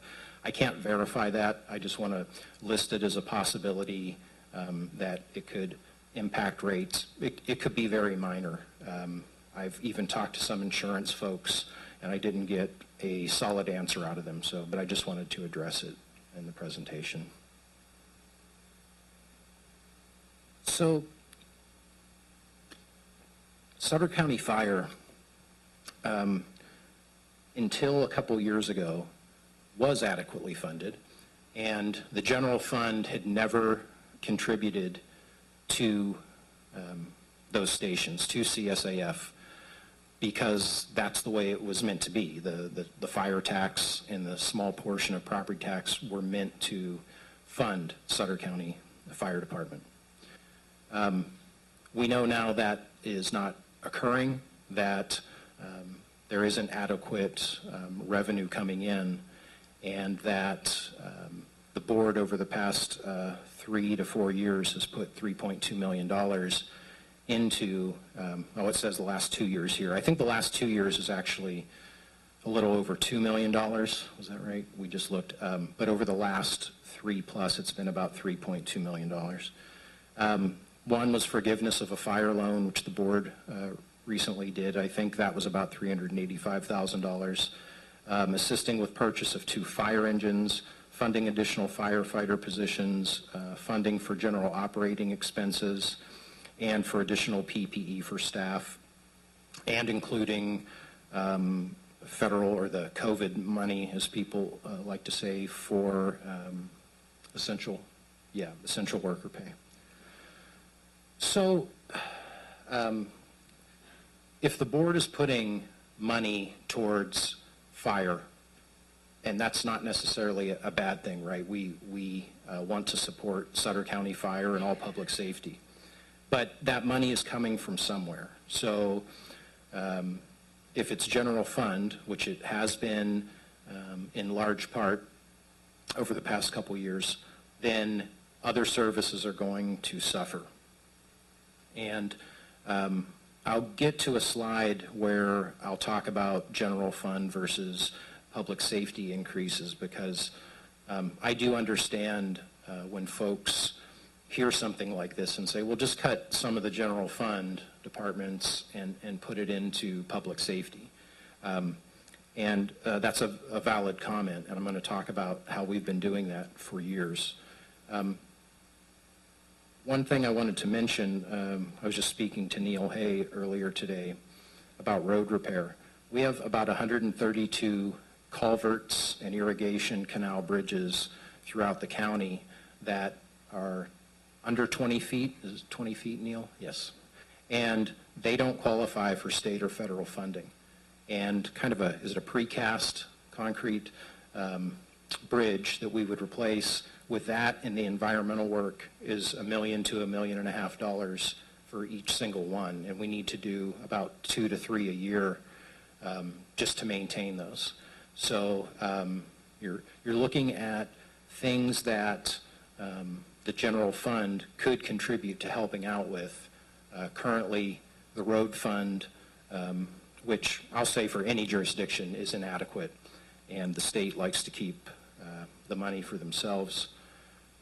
As we've heard about the large $56 or more billion surplus the state has, they haven't been real responsive to dishing that out to counties. In fact, over the years, when the state has shifted services to counties, for example, in 2011, criminal justice realignment, which is why the sheriff jail medical in part has gone up so much, why people are staying for years and years in the jail where there used to be maybe a year limit. They took about 60% of the money that they needed to run those programs at the state level and handed it to counties and said, here you go, make it work. And we make it work, but it's not easy. So I wanted to talk a little bit too about property tax, just so people are aware, and then I have a little slide on sales tax as well. For every property tax dollar you pay, about 63% goes to schools. This says 17% county because we stole it off the Auditor Controller's website, one of his reports the other day. It's actually low 16s now. Cities about 10%, special districts 7%, and redevelopment agencies 3%. So every dollar you pay in property tax, the county gets about 16 cents. And that's our primary source of general fund revenue. I would agree with those who say, well, development doesn't solve everything, because if you're developing only residential, that creates a lot of service needs and can actually add to costs. However, between residential, commercial, and industrial, and bringing jobs in and people that spend money, development can and does fund many services. Just to put it in perspective, if there were an area where the county could develop, say, north of town, even though it's prime ag land, so I doubt people would be fans of this, but just a scenario, if developer came and said, I want to put in 100 houses, and they sold for $500,000 a piece, the county's property tax revenue would be $80,000. So that doesn't cover a single deputy. It doesn't cover a single vehicle for the sheriff's department. And I'm only talking sheriff here. I'm not talking all the other services that all county residents use, from elections to the assessor's office that assesses every single parcel in the county, to on and on for the library, the museum, clerk recorder, and also the district attorney's office, and when people end up in our jail, all of those things where that money has to fund those services. Here's a description. It's probably hard to see despite the mammoth nice screen, but this is a slide on sales tax, and it shows where sales tax goes. The top two are state general fund, so between them about 4% of the 7.25% goes to the state general fund. 0.5% goes to a public safety fund. It's called, we get Prop 172 funding that goes into support public safety only. A 0.5 cent for 1991 social services realignment. And you'll notice up here there's revenue and taxation codes or the California Constitution. It restricts that money. You can't use it for anything else. You can't say, I want I'm going to eliminate a psychiatrist's job and add deputies, because you can't use the money for that purpose legally. About 1% goes to the local revenue fund, 2011. That's where I was just talking about criminal justice realignment, which is about much more than just local jail. It also funded various mental health services and probation. It started the, what is it, Nikki? I'm sorry. The community, thank you, Community Corrections Partnership.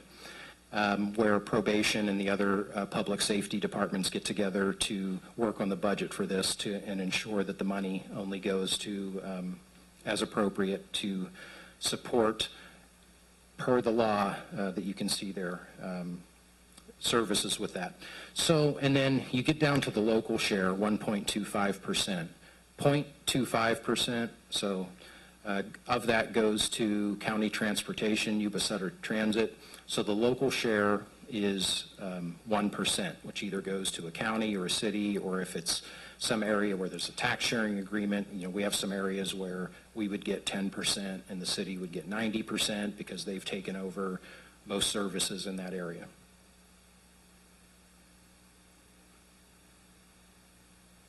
So again, I'm not obtuse to noticing the comments about, you know, where is county money spent, or how are services provided. And I just wanted to show this. So if you look, the blue line, it goes from, this chart goes from, a graph goes from 2011-12 to 2021, so 10 years.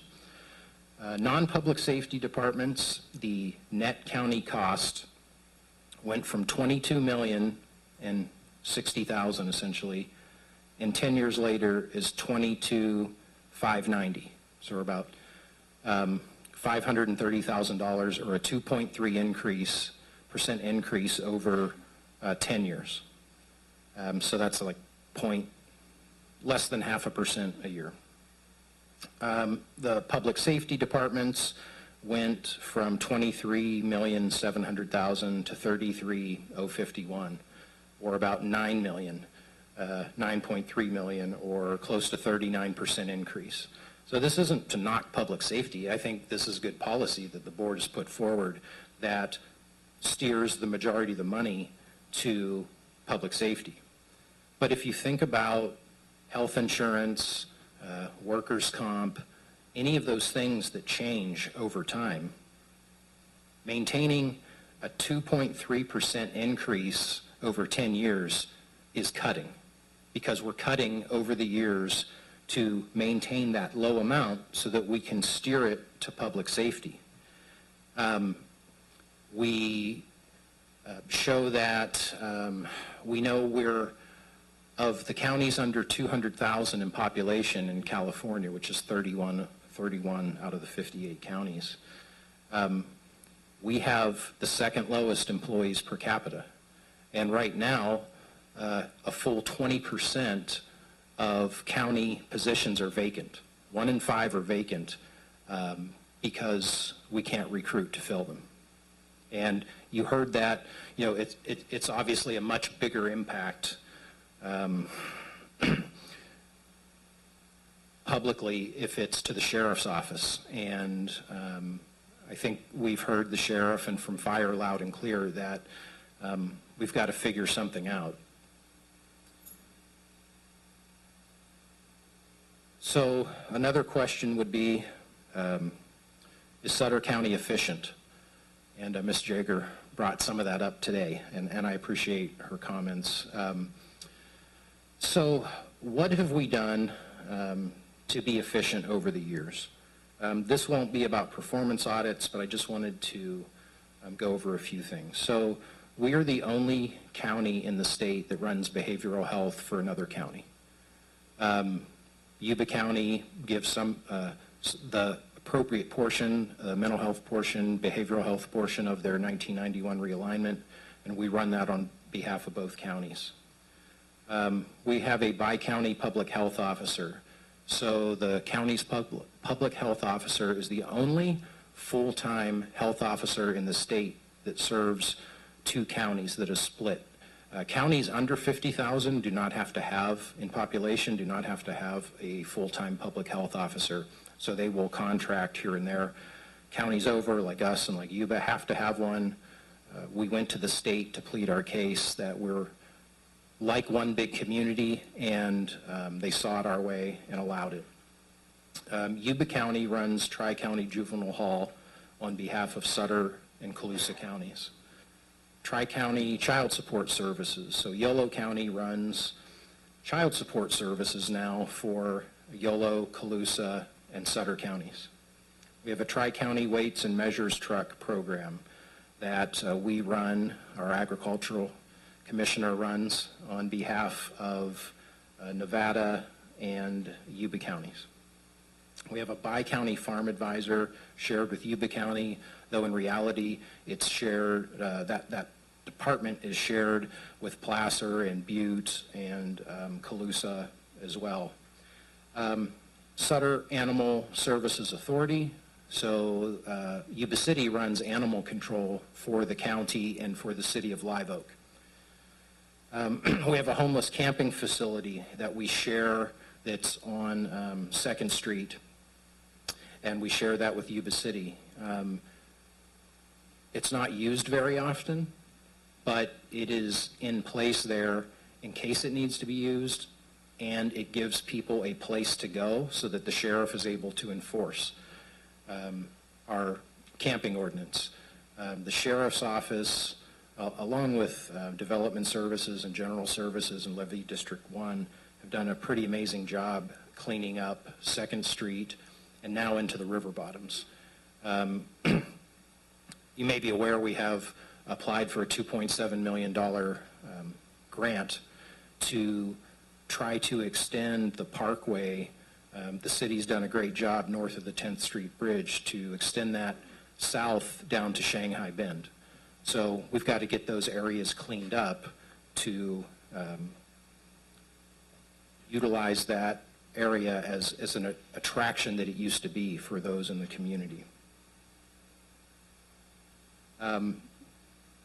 We also have our Sabufka partnership, of course, with Butte County, and we're looking at further partnerships for other levee improvements in the county that, frankly, the state and federal government are fighting us on, and I don't want to get into too much detail here, but that can be a major positive for those in the Yuba City Basin and for development. And when I say that, I mean something like Supervisor Conant, where you have agriculture and you just want to be able to provide a facility for your people to work or to process your products. One other one, I just thought of this today because maybe this is the first time I've given this presentation here, but we're sitting here in a city council chambers at a Sutter County meeting. I don't know of any other county that doesn't have its own meeting facility, and that's because the board has prioritized public safety and said, well, for now, we'll look at the future, but we don't want to spend the several $100,000 to replace, and it could be up to $500,000 or $700,000. So we're maintaining the Hall of Records at a bare minimum to stop further deterioration, but it's just another example of partnerships and trying to be efficient as a county. I'm going to go back real quick to talk about efficiencies too, because I mentioned to everyone about the number of employees per capita, and I have some examples, and Chief Shalowitz had mentioned Sutter County fire engineers, so that's the kind of the second step, I believe, in the firefighter and then fire engineer. If you work out the salary range, it's about $4,600 a month. And in Yuba City right now, the same equivalent position is about $9,000 a month. There are so many positions throughout the county that people, if this isn't to, I don't want this to come across at all as if I am saying that Yuba City or Yuba County or any other jurisdiction isn't doing the right thing, because I think they are, and they have the tax base to do so, and they're making good decisions with their money. But what I will say is, just an example, a general fund department at least in part, development services. We have the same exact setup as in Yuba County. There is roads, engineering, planning, building, environmental health. What am I missing, Neil? Building inspection, code enforcement. They have about 100 employees, and we have just over 60, I think. And yes, I know there is a lot more development in Yuba County going on.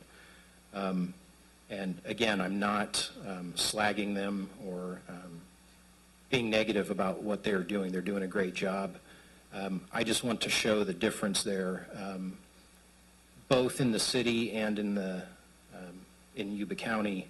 Multiple people are doing the job of the department head here in Sutter County, and the multiple people make more money each than the one person here in Sutter County. That's not something I'm proud of, and I feel blessed to have an excellent department head team and management team, and I think we're blessed as a community to have such dedicated employees.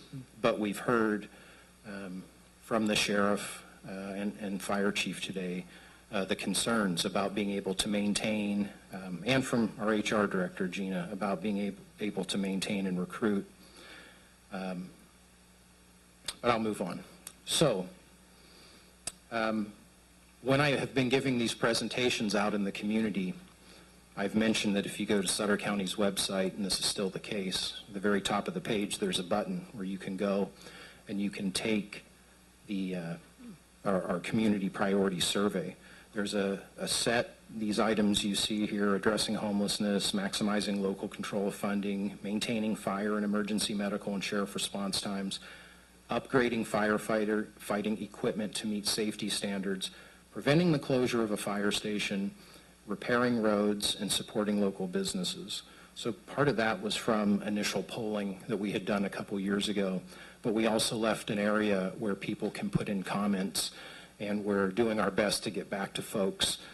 Some people don't leave a comment and they don't leave a name or phone number or email address. Some leave all of that, and then we're able to get back to them personally. But I would encourage people here too, listening, or if they're watching at home or watch this after, check our website, because it is still up there for now, and I think it will be for a little bit, because we still want that information from the public. We looked at a tally today of the 600 people. It happened to be 600 exact that have taken the online survey, and looked at the rankings. And of those topics that I read through, number one was maintaining fire and emergency medical and sheriff response times. Number two, upgrading firefighting equipment to meet safety standards. Number three, addressing homelessness. And number four, preventing the closure of a fire station. 5, maximizing local control. 6, repairing roads. And 7, supporting local businesses. I will say, and this is just anecdotal, I haven't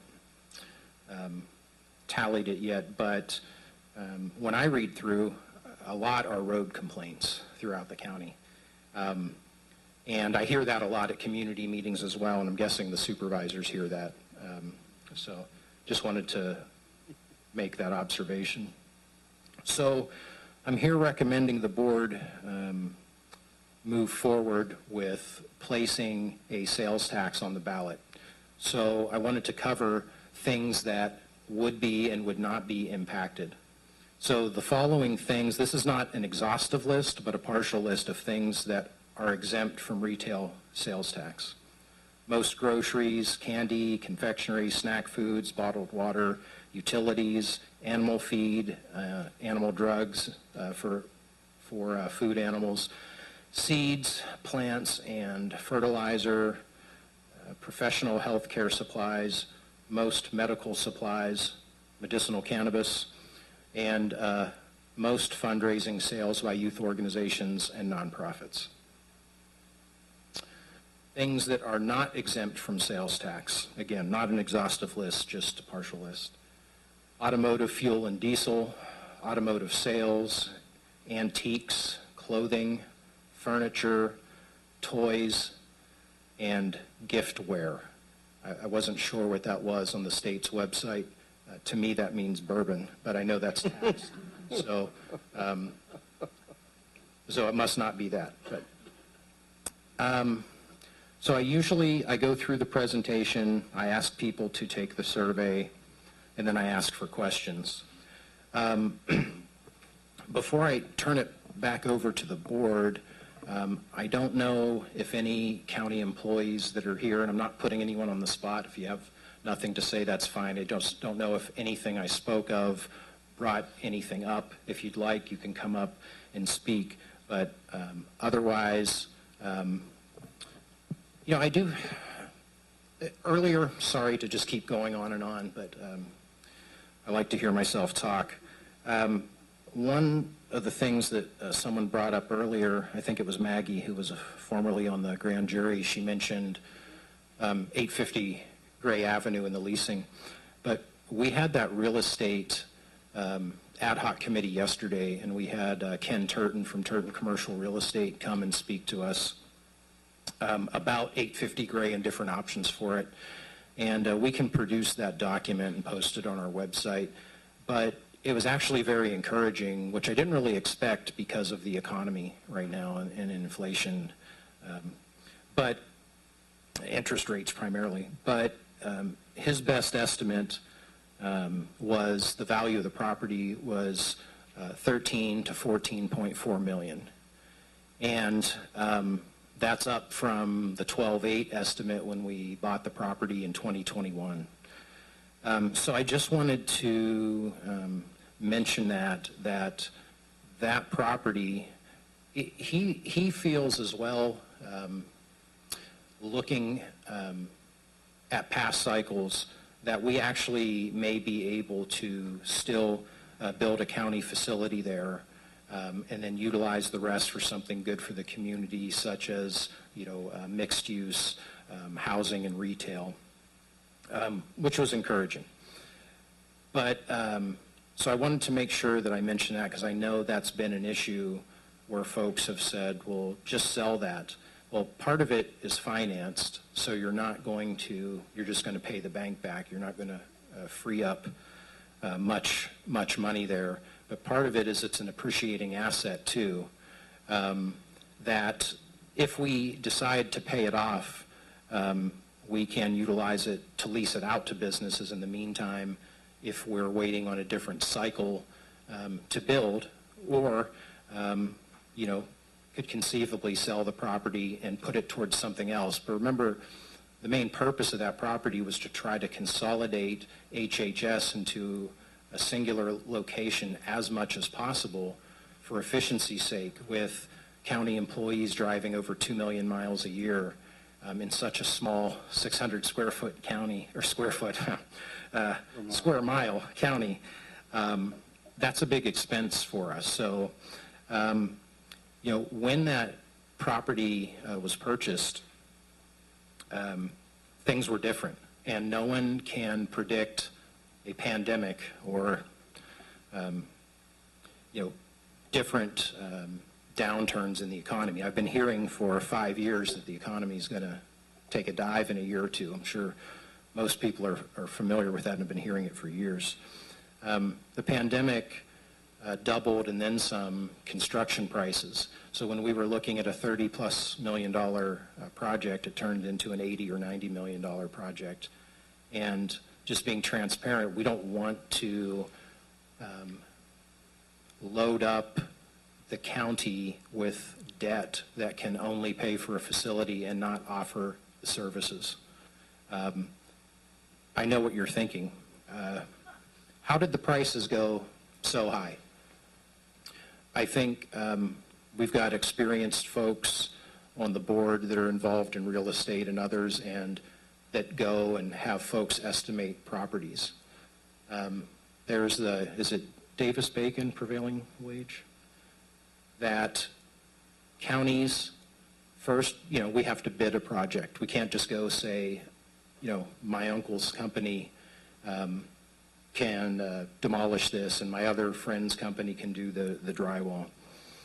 And then they are forced to pay prevailing wage, and that has to be verified through the state. So all of that adds an incredible amount, unfortunately, and we do it to ourselves, right?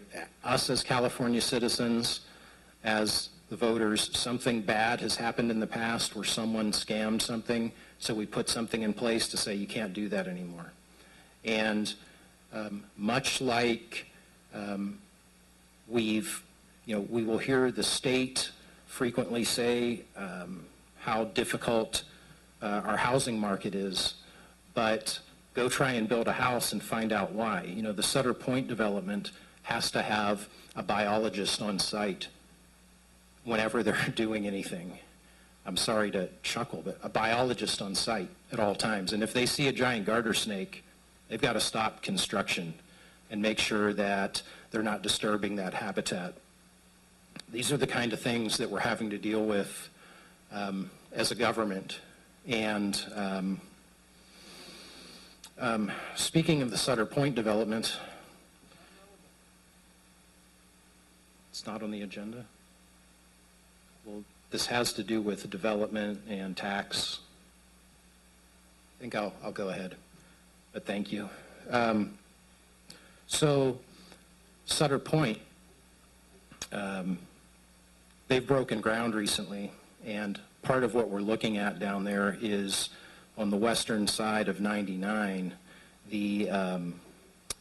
is where a lot of the industrial and commercial development is. And as you drive down 99 to Sacramento, you'll see the mega, distribution centers down there. And those are something that could be make or break for Sutter County, that we need to get the infrastructure into Sutter Point, because previously, when you ordered something online from Amazon, wherever you lived, that's where the sales tax went. The method or law changed to benefit the large counties, where now where you order from, that distribution center is where the sales tax goes. This benefited Sacramento, Los Angeles, all the big counties. And despite the fact that if you look at a map, California county-wise is actually more red than blue, we don't have the voting power to change that, and we've looked into it strongly. So we're doing our best to get infrastructure in, working with the Sutter Point developers. However, my feeling is that that development where they've already broken ground is going to take substantially more time because of interest rates right now. Okay, so I think I've gotten out most of it. Thank you for bearing with me. I appreciate it. No, thank you, Steve. Happy to answer questions. Let's not answer questions just yet. Let's get to these speaker cards, and then we'll go through. But fact, 60% of the housing market went bye-bye. Fact. Just to clarify with what you're talking about, developers. We have a long meeting here today, and it's very imperative, like I said, let's hear it from both sides. I can't have you ask a question just yet, but I'm going to allow you to. What I'm going to ask you to is to grab one of these yellow cards, or we can bring one to you. But in the meantime, oh, I know that, but we have to.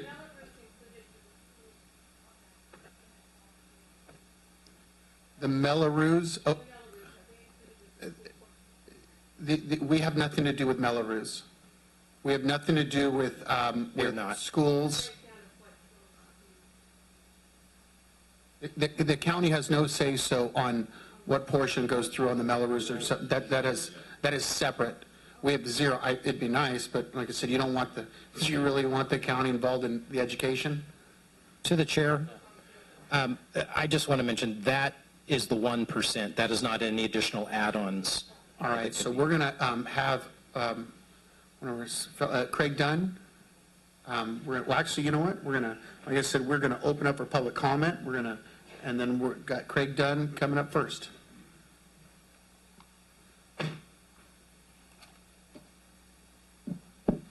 Good afternoon, Board of Supervisors, CO Smith, county staff, community members. My name is Craig Dunn. I am the union president for Sutter County Professional Firefighters Association.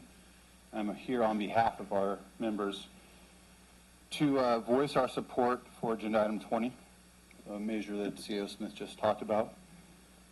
It's no secret And let me preface, I'm not here to beat a dead horse. We do share a lot of the same issues, or almost every same issue with our counterparts in law. We are underfunded, we're underpaid, we're understaffed. We have a horrible staffing and retention problem right now that we're trying to address. But there are a few important things that we do need to talk about. We know that there's no secret that the funding mechanism for CSAF is broken. It doesn't work in today's time. And we have to work together to seek alternative funding. The recent grand jury report, as mentioned, identified several deficiencies with the fire department. Most, if not all of them, can be remedied with a properly funded budget for CSAF. In addition to the severe recruitment and retention problem that we have, we're currently facing issues with an aging fleet of fire apparatus. The chief spoke briefly about it, but just to put a little more context to that, our Type 3 out in Sutter, which is our first out engine for any type of vegetation fire, Sutter Butte's response, is from 1990. It's a solid engine. It runs great, but it doesn't have all of the current fire suppression technology that we require in today's fire. That's 32 years old. Our water tenders that support our residential areas and our vegetation fires that are in the non-hydrogen areas, they are 27 years old. And we have two of those at 5 and 6, which is Live Oak and Sutter. The typical suggestion for replacement on fire apparatus is 10 to 15 years. So just those three, and that's not an exhaustive list. That's just a couple of our apparatus. It's not the chief's fault. It's not the board's fault. It's the funding mechanism for CSAF, and we just need to figure out how to fix that. As the membership, we believe one of the best options is to support this tax measure. To speak briefly about our recruitment and retention, the amount of overtime that we're working. Right now, as it stands, we have 18 positions, 6 of which are funded through a grant.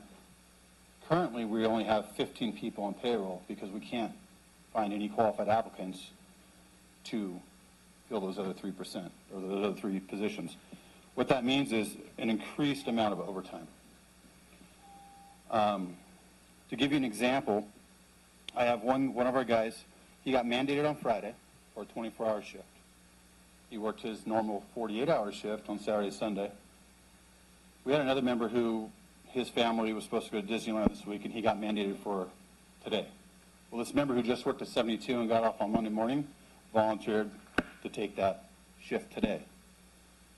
On top of that, he's doing a trade shift for Wednesday and Thursday, another 48 hours, before going back onto his 48-hour required shift. So I don't know the math, 96, 24, 120-something hours he's working, plus the 72 he just did Friday, Saturday, and Sunday. And that's not uncommon. That's just how it is, and we are willing to do it as long as we know what the end game is. How are we going to solve this? I know my time's running out. I'll get through this real quick. I put out a survey to all of our members, and I'm not going to go over the whole survey, but this one question kind of speaks volumes to where we're at. The question was, do you currently work a second job on top of your scheduled 242-hour contracted schedule per month? So we work 242 hours before any overtime. Out of the 15 members we have, I had 14 people reply, and 11 of the members all work 2 to 3 jobs. So they work here, somewhere else, and we have a few of them that work 3 jobs. Once again, we're not here to complain. We're not here to make an issue out of our pay and benefits. That's only a small part of the problem. Our aging apparatus over at Station 8 Oswald Tudor, it needs a lot of TLC. It's no secret. Anybody who stopped by there could see it. We have a school right across the street that likes to bring students in for visits, and we love visits to the fire station. But there are so many run-down parts of that station, like we can't even have them wash their hands there. The water situation out there, the water is so bad that there's so much softener in it that it's white when it comes out of the sink, and it leaves a slimy grime on you. And the smell, forget about it. It's horrible. We can't fill our apparatus up with water there, so when we go to a fire and we use a tank of water, we have to go into Yuba City and fill off one of their hydrants because there's so much sediment, rocks, and debris in the well out there. And these are just a few of the issues, so it's not just a pay issue for us. It's the whole package.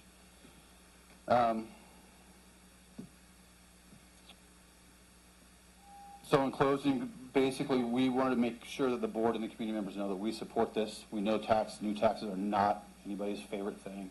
We don't take it lightly when we come to you asking you all to please support this measure. Thank you, Craig. Jerry Handy, please.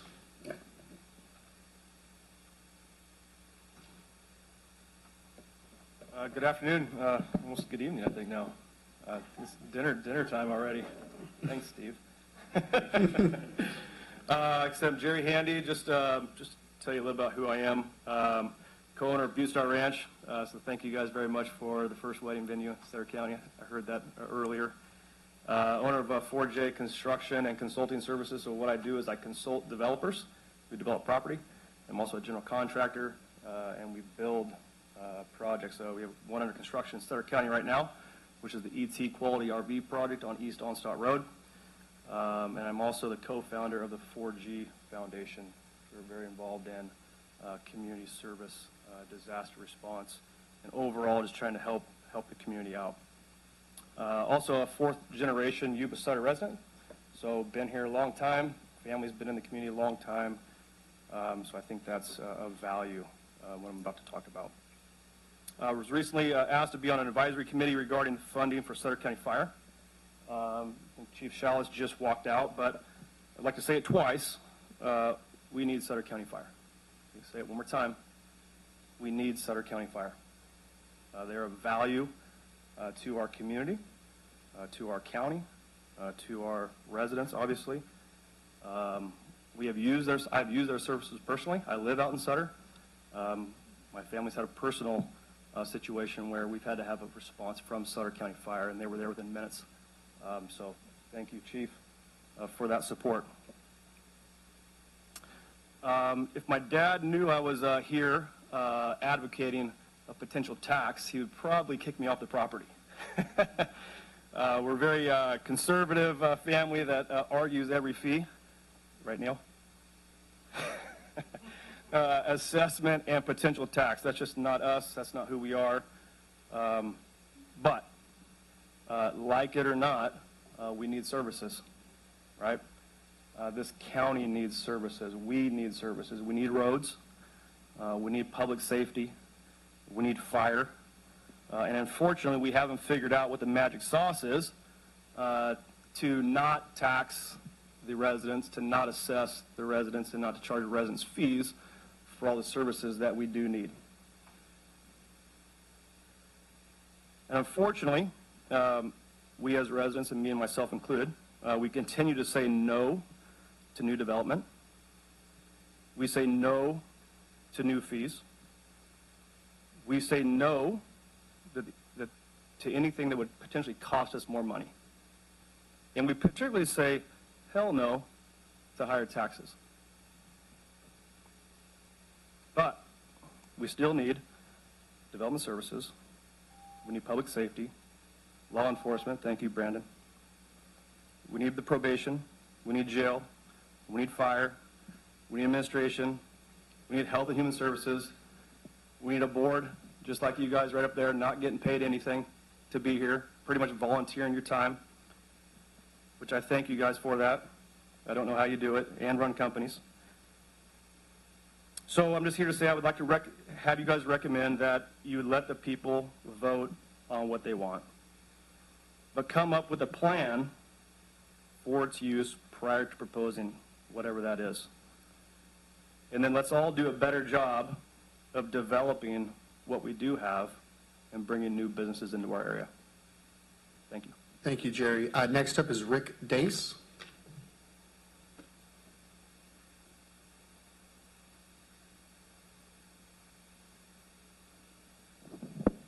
Rick Dice, Live Oak. I got the 2 glossy mailers in the mail. They were well done. I was surprised to see there wasn't any mention of the amazing pension costs that the county is paying. You wonder why it costs more for personnel, for your fire and sheriff's deputies, paying 50% of salary. If you have an employee that makes 60 grand salary, you're sending $30,000 a purse. You know, how is that sustainable? And I just wonder if the county is thinking about maybe looking at some ways to bring those costs under control, because they're not sustainable and they're not paying for anything. You know, these plans were supposed to be self-sustaining and they're not. So if you don't solve this issue, you're never going to have enough money. Thank you, Rick. Jeff Maloney? He left. Chris Starkey?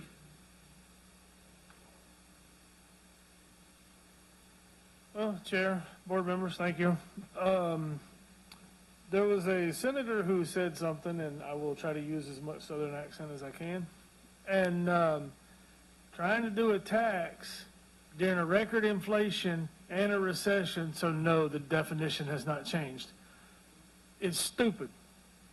So, and I agree with that, but I will have to say this, growing up in a police and fire family and knowing right now I would put either one of our police or fire, or well, sheriff's department or the fire department up against anybody across this entire state or the country. These are some fine people. If I knew without 100%, without a doubt, that every bit of that tax was only going to those two, I'd vote for it any day of the week. A lot of people don't like that, but I would vote for it any day of the week for that purpose. But when I use the example, well, let's use Marysville. A few years ago, 1% sales tax increase. What did they do a short time after that? They gave every damn body a raise.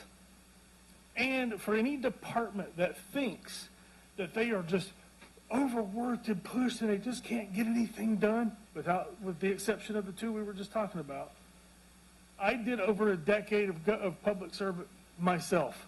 I can tell you right now, I could probably walk through Sutter County and probably eliminate a good quarter to half of the people in every single department nearly and save a crap ton of money. It's just people don't work hard anymore, especially in government service. I watched it myself, so I do know what I'm talking about. Thank you. Thank you, Chris. Diane Jager.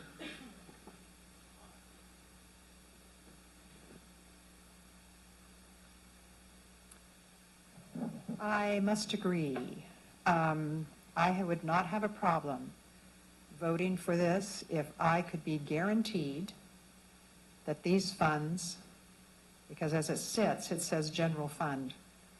I disagree, because it'll be robbed, just as it has been over time and time and time and time again.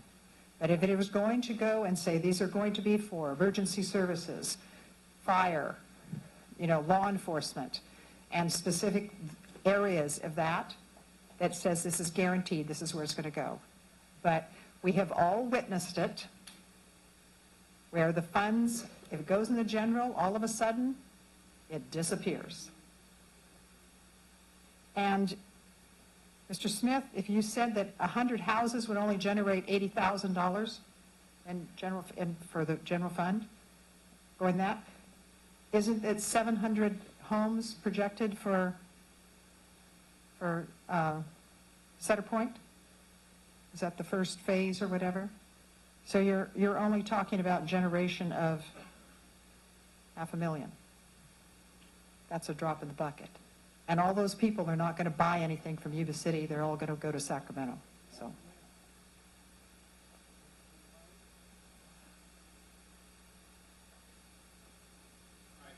Thanks, Diane. Actually, the first phase was 1,067 homes in Sutter Point. It's been a few days now, but KB Homes, I believe, walked away from 10 of 11 developments in Sac County. 10 of 11. They walked away. So what we're afraid of, this is from sitting in the economic development meeting last Friday, is with Sutter Point, we were pushing for the piping and all the sewer systems to go in, which what we're afraid of is them pushing the can down the road. But so next up is our amazing Liz Cervantes. Come on up. Yeah. Love having you. I sincerely mean that. Liz Cervantes, District 5. I think that Mr. Starkey made a fantastic point. Half of our staff could be eliminated, and I wouldn't even notice they're gone. I'm asking you guys to tighten up your belt. The taxpayer has been taxed enough already. In this climate that we're in, how can you even sit up there and entertain this right now? Mr. Smith, you missed your calling. You should be a filibuster on the floor in Washington, D.C. I'm going to give you some solutions, okay? But first I want to tell you, pay very careful attention. I feel like this is reminiscent of Measure K. In Yuba County, it's the same thing here. A general tax is not a safety tax. It takes more people to vote for a safety tax, and the general fund, sheriff, fire chief, they can do whatever they want with it. So here's some solutions. Sell the Kmart building. Okay, that is an albatross. It's going nowhere except the expenses are going up. The only thing that's growing in Sutter County is staff. Okay, you sell Kmart and then you pay off your unfunded pension liability. You give the rest to the sheriff's department and to the fire department. Why aren't we thinking like this? I guarantee you we should start privatizing some of our services. My husband can lay down cement better than any employee with Public Works. I guarantee it. His work is guaranteed. It's probably better, cheaper, and you don't have to pay him a pension. Let's start thinking smarter here. If you guys don't start tightening up the belt, we're done. We're done. How much more can we take? If I go out and I buy a car that I can't afford, and then I go ask my neighbor, hey, can you help me with my mortgage? Does that make any sense? I am sorry to be such a Debbie Downer, but I did keep it clean this time, but I almost asked the sheriff to get a cell ready for me at mental health this time, not jail. So, can we please consider privatizing? Can we sell the Kmart building? Can we work with what we have? Can we? I mean, if you guys were in the private sector, you would have been canned by now. And you still can go. There are legal recourse called recall. CAO Stephen Smith's tax. I am against it 100%. And what I saw happen in Yuba County, I will fight to prevent that from coming here. Sticking to 3 minutes, unlike others. All right. That's what that's what we get paid for. All right. Bijan.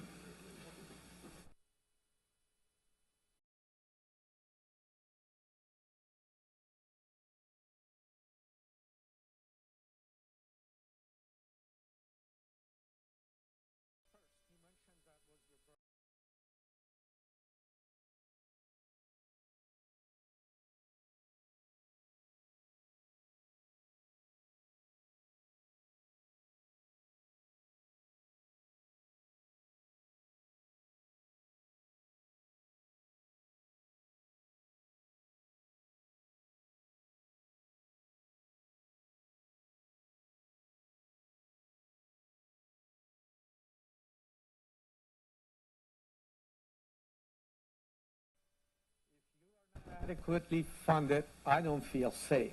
However, I do not think tax increase is the answer for our problem. Whenever we add taxes, the tendency is they never go away. They get stuck. And I have questions why it's only 9 years. Why not 9? Why not 8? Why not 10? What is the reason behind that? I did not get that from Mr. Smith's presentation. I'm sorry, I lost you after the first 20, 30 minutes when you were presenting your case. I think a lot of it has to do maybe with austerity measures. I think the fire and sheriff are valuable, but we haven't treated them as such. in many decisions that we have or the county has made. Again, going back, the Kmart building, we spent $12 million purchasing that building. But did we consider, hey, how about our fire and sheriff department instead of spending this $12 million? And I'm sure it was for good reasons, good intentions. It didn't turn out that way. But now we are stuck with that. We have a property on Plumas north of, it used to be a healthcare building. It's been sitting there empty. Is there something county can do with that? We spent $120–30 million building a beautiful courthouse. I'm proud of it. But what are we doing with the old courthouse building? How are we utilizing that? And what is the long-range plan for it? Is there any way we can save money? In Mr. Smith's presentation mentions that we are sharing this chamber with the city, but we are paying them rent. It's taxpayers' money from one pocket to another. Why do we even have to pay the city? Right? They get their revenues from us, from taxpayers. Why should we pay? We can assemble at the Veterans Building and we can set up all the equipment there for remote meeting. We gift $8,000 to Yuba-Sutter Arts. That's the money that could have been used elsewhere for our sheriff, for our fire, even though we do get matching funds from state and federal government that circulates and generates tax funds. But was that really the best decision at the time that we know there is a shortage with our fire and sheriff department? I have looked at 75 parcels that county owns, but I haven't been able to determine which ones we can make revenues from. I went and looked at a few of them, maybe 10 or 12 of them. There is one in Live Oak that's a public library. It seems like it's a proper use of county property. But how about the other 70-some other properties? Has there been any determination what we are going to do with all those properties? Our mayor, David Shaw, and one of our city council members donate their salaries. And that's respectful for me. I learned that from reading the paper. I think that's a good cause. I'm not suggesting that you guys should then donate any money, but that sets a very nice precedence. Okay, well, there is some guys that want to make a good example. And if I'm not wrong, in one of the meetings prior to the voting, the last voting, you mentioned that you would like to bring out a pay increase for the Board of Supervisors so they don't have to look at other sources of revenue and they can be totally focused on their job as a supervisor. I hope I'm wrong on that, but help me if I'm misquoting you. I don't normally do this, but are you finished? And that's something I will answer, actually. Sure. Okay. And did we have to wait for grand jury to tell us that the fire and sheriff are supposed to be a high priority? We should know that inherently already. I'm done. Thank you for that. Thank you, Bajan. But with all due respect to everyone here, I love this county. I got 4 kids here, born and raised here. My dad started the company here in 1946. You got a supervisor here that's been here for over 100 years. I'm sorry. Well, you look like it. All right. When I ran for supervisor, I want to change just like yourself. And I hope one day I'd like to see one of you all out here to run for supervisor and make that change that you're all talking about and positive about, because that's what it takes. It takes individual, just like the people getting upset with the high school, with the volunteer coach out there. Well, then you go do the job. That's why I don't yell at the volunteer coach, because he's out there volunteering his time and so forth. But when it comes to doing this job and you watch when we run for this position and we talk about so forth, and the reason why I brought up that whole pay raise, because I'm not going to be here forever, just like Matt and just like Nick is. But I don't believe in owning a business, being a manager, or being able to leave at your own will to be a Sutter County supervisor is fair. If that's how it's been for the last many years, I believe the single mother should be able to come up be the supervisor because she wants to see change. I believe this should be a position, just like it is in almost every other county, where this is that job that they can give 100%. Because I give this job 100%. This job becomes before my other job. If I didn't have my SWECO job, I couldn't be a supervisor. So when you say something like that and wages and so forth, by some of us having those jobs and being able to leave those jobs, it allows us to make the difference here at the county, or hopefully deep down we feel like we're working to make a difference. And our doors are always open for you to come in and talk to us, and so are the department doors, and ask those questions. But like I said, we'll talk a little bit more. We're going to move on to Linda Baker.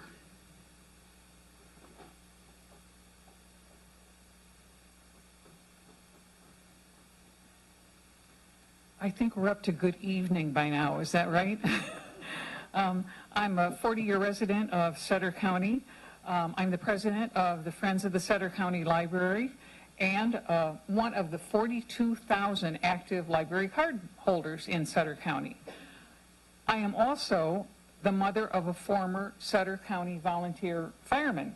Worked out of Tudor Oswald back in the day before 99 got straightened out, and that was a pretty gruesome assignment to be out there.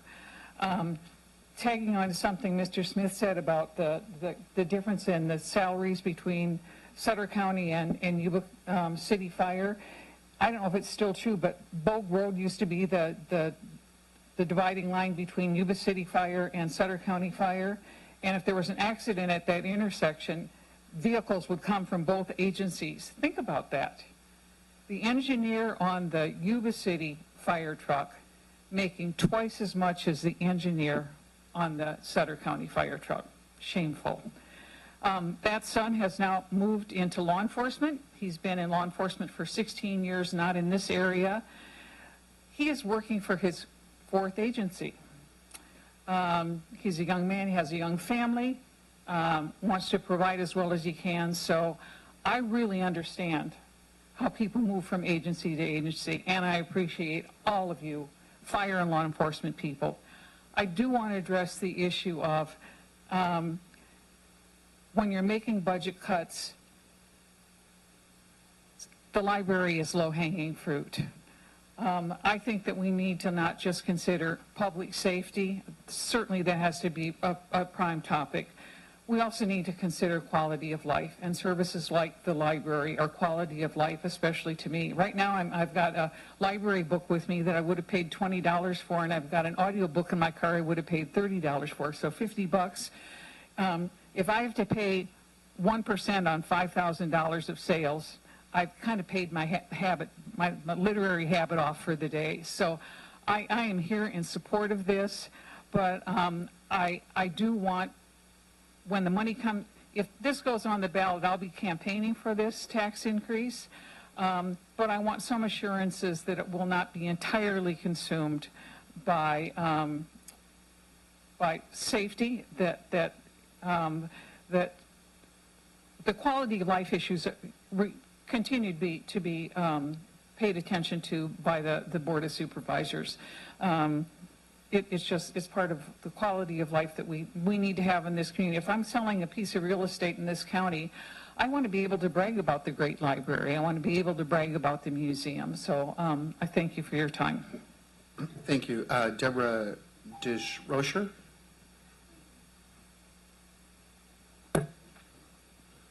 Only have 4 more, so we're getting there. Are we on? Okay. Hello, my name's Deborah DeRozier. I live in Matt's district, right off of Bogue Road, where, wow, I'd get super service if I got Yuba City and Sutter County Fire. I am totally for raising the pay for our public service, public safety, fire, but this is not the way to do it. This is a general tax, and like several people have said, that this can go into the general fund and it can go to anything. They can buy popsicles with it. They can open unicorn farms. This needs to be a special tax. And there's a couple ways you can do this. There's a couple solutions to your problem. That district, what is it, CASF? CASF. Repeal it, replace it. Repeal it and put something else in that has an inflation adjuster. You don't have to have a sunset, but fix the rate. You can also do a citizens initiative where you do a special tax. A group could collect signatures to qualify an initiative to go on the ballot. You only need 50% plus to pass it if it's a citizens initiative for special tax. If this was a special tax, you're right. It would require 2/3 to vote as a special tax. But that's not what this is. And like I said, you can buy popsicles with this. I totally went off script. But this tax is $19 million a year. That's what I came up with. Isn't $19 million. That's a lot of money that's going to go to, I don't know, I hope you have a bunch of new fire trucks. The oversight committee, that's a joke, okay? I've been on oversight committees. You don't get to look at the spending beforehand. You get to look at it after. And there is nothing you can do about it. They've wasted it on popsicles, and you can't do anything, but you can write a report that said they wasted it on popsicles. Don't do that. So, I'm willing to do a citizens initiative for a special tax that funds public safety and fire. Is anybody in the audience interested in stepping forward and helping me do that? You can contact me if you are. Thanks. No, thank you. Appreciate it. Heather Eschman, come on down. First of the Heathers. So, good evening. First of all, I want to apologize. I'm sorry that I just blurted that out there. I was a bit worried. I'm a citizen of Yuba City. Sorry about that. I was a bit worried that would get to the wrong topic, because that's not the issue here right now. Actually, the issue here is, and I'm actually kind of surprised we have so many people here. Normally, I'm like the last person in this room. So I'm for a tax increase, but what we need right now is information so that you guys can make a decision. So I hope that she handed you out a piece of paper. Did she give that yet? Okay. Did she give you a copy? There's a table. The sales tax table. Yes. Right. We have so that. I created a sales tax table. I actually went online to the California Department. Okay, I'm sure you have some of that information beforehand, but basically, Sutter County is at the state requirement, the minimum, and then everything around it you can clearly see. I just made it colored so you can kind of see where it is, and it's all alphabetized. That's the only reason why Yuba City is listed at the bottom. So if you look at any of the communities around the area, you can see that some of them are quite high. There's like 8.25% for Yuba County, except for Wheatland. And if you look at Sacramento County, which is just south of us, they're at 7.75%. So we need to make sure that whatever rate you decide, it has to be a competitive rate so that we're not competing with somebody who they basically would say, well, we're going to set up shop over in this area because it's 1% cheaper. It needs to be something that's not quite too high, but not the bottom. It needs to be somewhere in the middle. And I think 1% is probably just a little bit too much. And one of the things that one of the ladies brought up about it, in the newspaper I read it, it said 19 million. So if we don't need that much, then perhaps just cutting it to 0.5% or somewhere in the middle there so you can see that it's not as impactful, so that it's not like it's a deterrent for the area. If we need only 1 million for the county, and I'm not sure if this is going to be also Yuba City, that wasn't discussed, whether it's like county-wide that you guys can set up, or is Yuba City then excluded? I know that Yuba City can make their own tax at their own rate, dependent on the situation, but it wasn't quite clear with that. And then if you only need 1 million and you get 19 million, are you sharing them with Yuba City, et cetera? It's not clear. But if you for years now, and I've been coming to the presentations from Leanne Link, And even years ago, I could see that the lines that you had, revenues and expenditures, it was going down.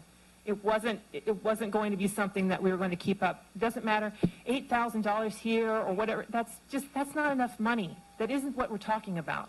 But anyways, please make sure, so you can fix this right now for everybody, because there's a lot of people here saying they don't want the money to go anywhere. It's got to go in the general fund. We've already heard all that kind of stuff. You can make a pledge right now and say, I will not pass a budget in the future as long as I sit here unless somebody from the county tells me that the money that came in this tax is being spent for those priorities that you have on there, at least the majority of that money.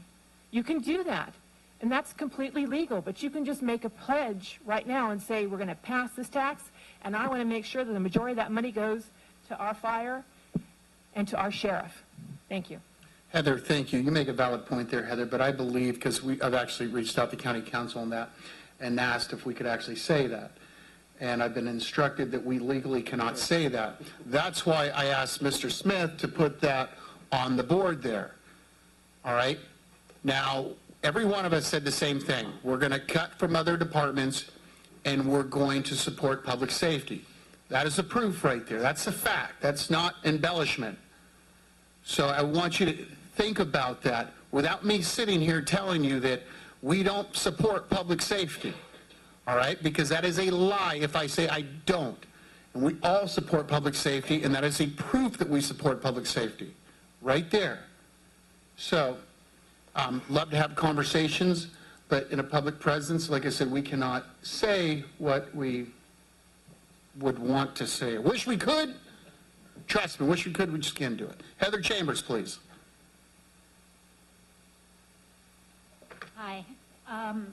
I'm in favor of some kind of revenue generation, whether it's a special tax, use tax, property tax, or sales tax.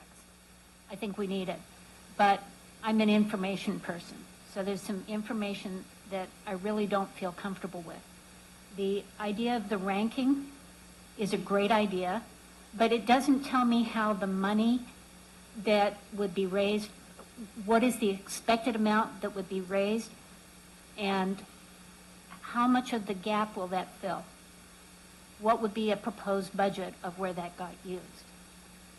I don't know the answer to that, and so the ranking I was uncomfortable doing when I saw it online, because it didn't seem to me to say how important. You can say, well, one's ranked 1 and one's ranked 3rd, but if the 3rd is down at the 10% level, whereas 1 and 2 between them do the other 90%, that tells you where somebody wants to put the money.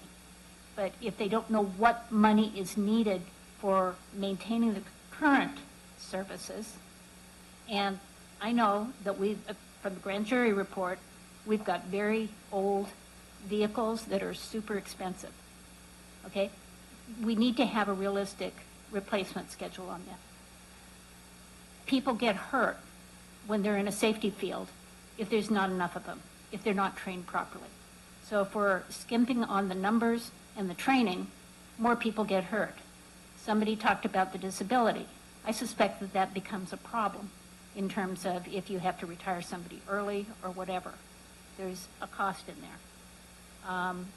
I learned when I was a college student that when there's a red light on the dashboard of your car, it's not a warning. It may be called a warning, but it means if you keep driving and your car overheats and you freeze up that engine, as a college student, it was a $900 repair, and minimum wage back then was about $1.80, $2 an hour.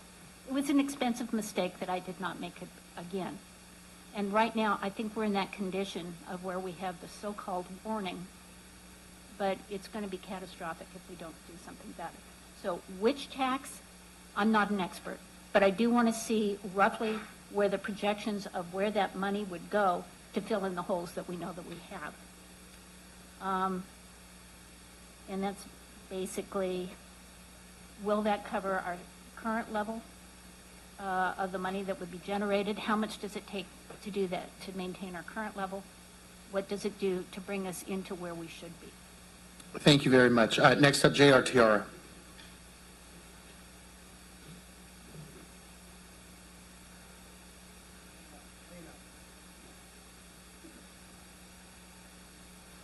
I always get to go last, I guess. JRTRA. My first question is, if it kind of changes everything I'm saying, I'm confused as to, is this a county tax which affects the city of Live Oak and Yuba City, or is it just for businesses and operations in the county? That's my first question, and I'm not clear on how that works here. It's countywide. So it's countywide. It so includes the city of both Live Oak, cities. Everybody. Okay, Yes. Okay. So a lot of people have spoke today about saying we need support, we need services, and I agree that we don't want to relinquish our services and safety and so forth.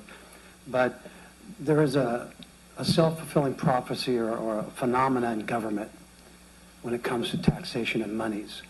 So, and it goes like this: time expands to fulfill the amount of money allotted to it.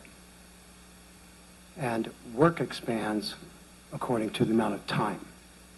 So the question of the commonality that I've heard here today is, where's the money going? And if it's not checked or we don't have a tracking of it, just like in my city of Live Oak, as a city councilman, this is what I battle, is just a misinformation, misspending of monies, no control over that money, and the money not really going to the areas where it needs to be. And even in our town, where we have plenty of money rolling in, I don't think we have a revenue problem in Sutter County. I think we have a spending problem. That's true in any government that you look at. And so by raising taxes and trying to throw more money at the problem is not the solution. The solution is to operate more efficiently. You're all business people there. So am I. If something happens in town or something happens to the economy, we can't raise our prices till the sky's limit, right? If there's a marketplace out there. We can't just keep charging consumers more and more money. Sooner or later, you're going to lose customers. And same with government. We can't just continue raising taxes to solve our problem. But the other thing is, let's also be very transparent. These two documents came out. Great marketing pieces. You know, if it's for school bonds, we really egg on people's shirt tails about it's for the children. But the children don't get the money. It goes to administration. All those bonds, and people have gotten wise to that. This type of information, oh my God, we have skilled, educated gentleman over there, Steve, very sharp, all his staff, the county staff, that crunch these numbers, and then you're in the county, you're the supervisor, you just passed a 22-23 budget and other budgets prior to that, and then also in a grand jury report, which has no bearing, no experience, no accountants, no consultants to tell them how to account for money and make these kind of judgments, and put this marketing material, this scare tactics out to our community, saying we're going to lose all our fire and safety and all this stuff. And yes, we do need money. We are short, I can see that. But by taxing us and not telling us that this is due to the $180 million of unfunded liability for CalPERS retirement is what the real problem is. That's the pink elephant in the room. And I believe you just cut a check for $14 million, an interest-only payment to cover the annual payment to CalPERS, who just took a negative 6% hit again this year. So the 180 is probably going to go up. And as was mentioned earlier by a gentleman, people that don't work here, we're paying premiums at 50%. So a person that is retired at 100 grand, you're still paying 50 grand a year for that person. And that's where all of a sudden you're at 180 million. So you'll never get unburied. We'll never get unburied from CalPERS unless we attack that problem and solve the real issue. Because that's going to keep going up. We're always going to be in debt. And we're not going to be able to shake our citizens upside down and keep taking their last bit of change. So it's called efficiency, operating, figuring out solutions to the real problem.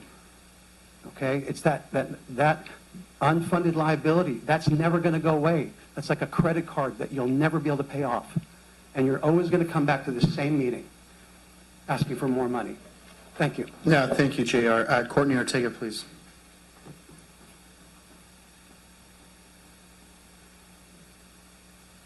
Good evening. I had a couple questions for you, Steve. So out of the pieces that you put out into the community, how many hits would you estimate? I looked at your numbers. It looked like maybe a little bit less than 100,000 like advertisements out there, if you think about Facebook and your website and the brochures. Is that right? Or what would you say?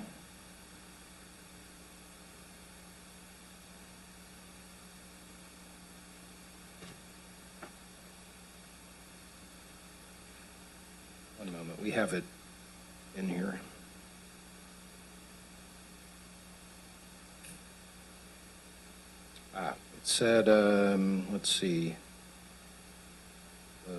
online 45,888 video impressions. Of those choosing to view, about 71% watched the entire video. So, in my opinion, 600 responses is not a very good measure to see if this is something that the community actually wants on the November ballot. I think that it needs more consideration. Maybe we should take it back, think more about it for the future. I also agree with a lot of people that I don't think that this tax solves any of your problems. You know, public safety comes out of the general fund, and this is a general tax, and you have other services that you guys get to make the decision on who gets this money. And so if we add more money to that general fund, how can we ensure that that money only goes to public safety and safeguard those things? I don't think there's a person here who doesn't want these guys to have everything they want and need. Not even everything they need, everything they want to have the best operations possible. I think everybody agrees with that. But are we setting up our county in a way that's going to be successful in the future for what we have? Because if we put a tax out, and let's say it passes and let's say we get that money, is inflation going to go back soon? You know, the private sector has not had wage increases like a lot of the public sector is getting. People do not have, I mean, I know you gave your employees a raise, Mr. Ziegemeier, but not everybody is doing the same thing. So I think we need to think about our community. I don't need to talk about the burden everybody's under. Everybody in this room probably feels it. But I do think that there are other solutions that we can consider before putting this on the ballot. And that's what I'm asking you today. Please don't even put it on the ballot. I think that it's a slap in the face to taxpayers when there are other solutions. When I drive around town, there's a lot of storefronts that are closed, boarded up. I think that we could bring a lot of businesses to this area and work with Yuba City to really liven up our private sector. A lot of people go to Sacramento and Roseville for shopping, and if they stayed here and spent their money here, we would see more revenue. So I think there's been a lot of ideas put out tonight, and I just hope you guys are taking notes, because I know you guys don't know what to do, but I'm hoping that maybe you can start a committee or think of some other ideas, because I do think there are other solutions. Thank you. Thank you, Courtney. Mr. Kurt Hilgers. And Kurt will be our last speaker. Should make the last speaker by dinner. I made the last speaker. Kurt Hilbers, president of Hilbers Incorporated in Yuba City, and I do live in the county. And first of all, I want to thank all of you guys that are members of the Board of Supervisors. What you guys do is amazing, and it's not something that I think I could do. And Steve, your presentation was great today, and I like Jerry Handy have been involved in a committee meeting for the last 2 months, and your graph says it all. I mean, to say that we're not managing our money, yeah, the county's been dealt some tough cards, but and especially we heard we're 68% in a floodplain. Come on, you guys. Let's be real here, and their spending has gone, they're managing their funds well. I think we have 2.5% increase over the last 10 years. That's amazing, considering with the inflation that's going on and what our economy has done. I'm in favor of this, and I am a conservative Republican. I got to tell you that, but I'm in favor of this tax increase. And I've sat next to John. He can't even hire people for the wages that they're having to pay and to offer. So we need to help Brandon, and yeah, unfortunately we have to use the general fund, because let's be real here, we will never pass a Pacific tax. It's 67%. That's not going to happen. We need to get this passed, and we need to put it out in the county. Whether this room says no or not, we need to let our citizens look at it and vote for it or against it. Thank you. Thank you, Kurt Hilbers. Okay, we are going to close the public comment. We're going to bring it back to the board. We're going to let Mr. Koenig go first. He asked patiently about 3 hours ago to go first. Okay, first, I'd like to start with thanking everybody for coming tonight, this afternoon. Now it's this evening. Anyway, I'm a conservative Republican. Most of you know that. I hate taxes, and I especially hate new taxes. But I've sat here this is my 6th year, and when I ran on basically 3 things. Unfunded pension liability, we've been working on that, internal auditing, pay for sheriffs and fire. Because those were a problem even when I ran, and it's gotten much worse. Because inflation, we can't keep up with the surrounding jurisdictions. For example, Sutter County just gave the Sheriff's Department, well-deserved, the biggest raise we've ever given, about 20% across the board. What do? We're still hemorrhaging officers. You know why? The surrounding jurisdictions are raising their rates another 10%. So where we came up to the mean with the 20%, we're now another 10% behind. I'm going to talk about what I really came to talk about. So we have one of the leanest county operations in the state. We are not top-heavy with managers. Neil Hayes sitting right there. Neil, he does the job of 4 people in Yuba County. We have fewer employees per capita than 30 of the 31 counties around us, with 200,000 people or below. We don't overpay our employees either. We know this because we are particularly in public safety positions, we have difficulty recruiting, as you've heard multiple times tonight. Surrounding government jurisdictions have access to more finances and resources that we can pay their employees higher salaries and benefits. Okay, let's just look across the river. Yuba County just passed the 1%. Some of you don't like that. I have mixed feelings about it also. But I think they have been using most of that money for public safety. So they have kind of kept, in my viewpoint, I can't say this, but my viewpoint is public safety is number one, and I think this board feels that as generality also.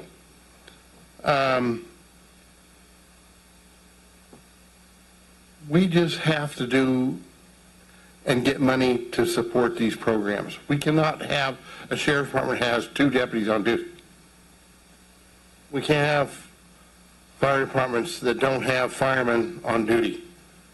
Now, I come from East Nicholas, Pleasant Grove area. I was a volunteer fireman for over 20 years, and we have volunteer fire departments down there, and they're actually doing fine. But they don't always have everybody show up for calls. They have sometimes when there's a call, nobody shows up because everybody's out working. Everybody has a full-time job, and there's nobody sitting at the station waiting for a call. And they have families. And the training is astronomically way more today than it was 15, 20 years ago when I was a volunteer. And it was way less 20 years before that when I was starting out. People don't have the time commitment to do that. The Constitution of California provides that only the voters can decide whether to raise an additional revenue source tax on its residents. I am giving that right to the voters. The voters have that right. They need to decide that. All I'm doing is saying you guys can vote and decide what you want. And I hope that the arguments made here tonight have been persuasive enough to realize that we have to do something. And I'm not only worried about public safety, I'm worried about other departments that have suffered too from lack of pay. We realize that there's been I forgot to mention a couple other things. We are down 20% of our employees, and Steve mentioned that too, in the county. 1 in 5 employees' positions are vacant in Sutter County right now.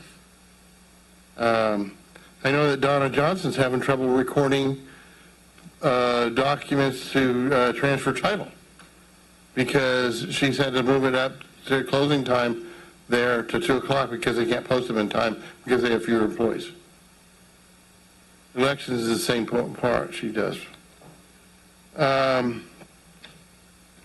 You all saw this sheet. So is the revenue? Oh, it's up there. Even better. The revenue that's up there is the bottom line, and expenses are escalating on the top line. That is a terrible thing. This reminds me of agriculture today. Walnut prices especially.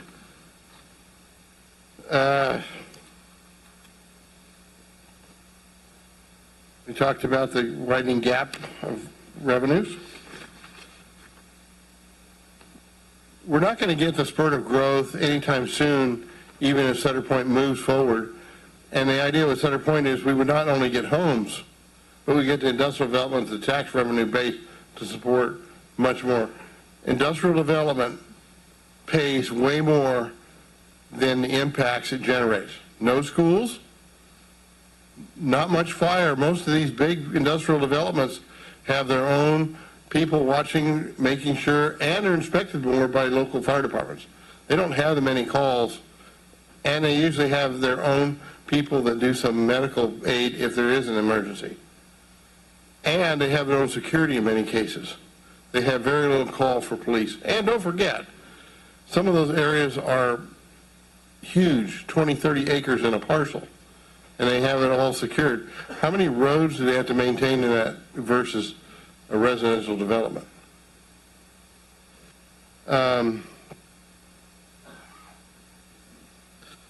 Special assessment districts were set up in the early 90s, and that's what funded fire. Special assessment. It was never intended that this money come from the general fund. The special assessment districts were supposed to fund local fire departments, and that's where the money was going to come from to fund them. We have gotten away from that.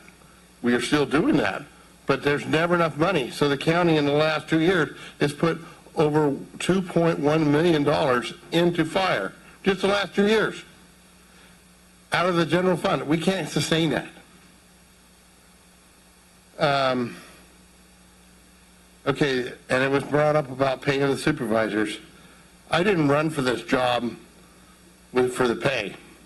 I ran for it because I saw we had problems in our community and I wanted to help address them. And we have never voted for a raise in the last 10 years for the supervisors. 20 years, excuse me. It says 10 here. And I don't intend on it. As a matter of fact, I voted against the raise several times, as well as my other members as well. So I don't see that happening anytime soon, and I will not vote for a raise until all these problems are solved. Here's the funding for the adopted budget, and this is public safety, this section here, and this is all the other government sections. 52% is public safety in Sutter County. We support public safety, and we will continue to do that. Sutter County has done more with less for generations. We'll never be a county that generates a lot of sales tax revenue. Steve talked about the fact that 68% of land mass in the floodplain, another 11% is in the buttes. So we can't build on those areas. So that's almost 80% of the county we can't build on. And most of my district is that way, District 5. And I mentioned that District 5 in South County on the other side of the river is East Nicholas High School District, for those who don't know. That covers 250 square miles. That's why we have volunteer departments, because we can't sustain the expense of full-time people. We would never be able to run those. So they actually have equipment of standards of today. but they're volunteers. And like I said, you can't depend on volunteers to show up every single call. And that's just life.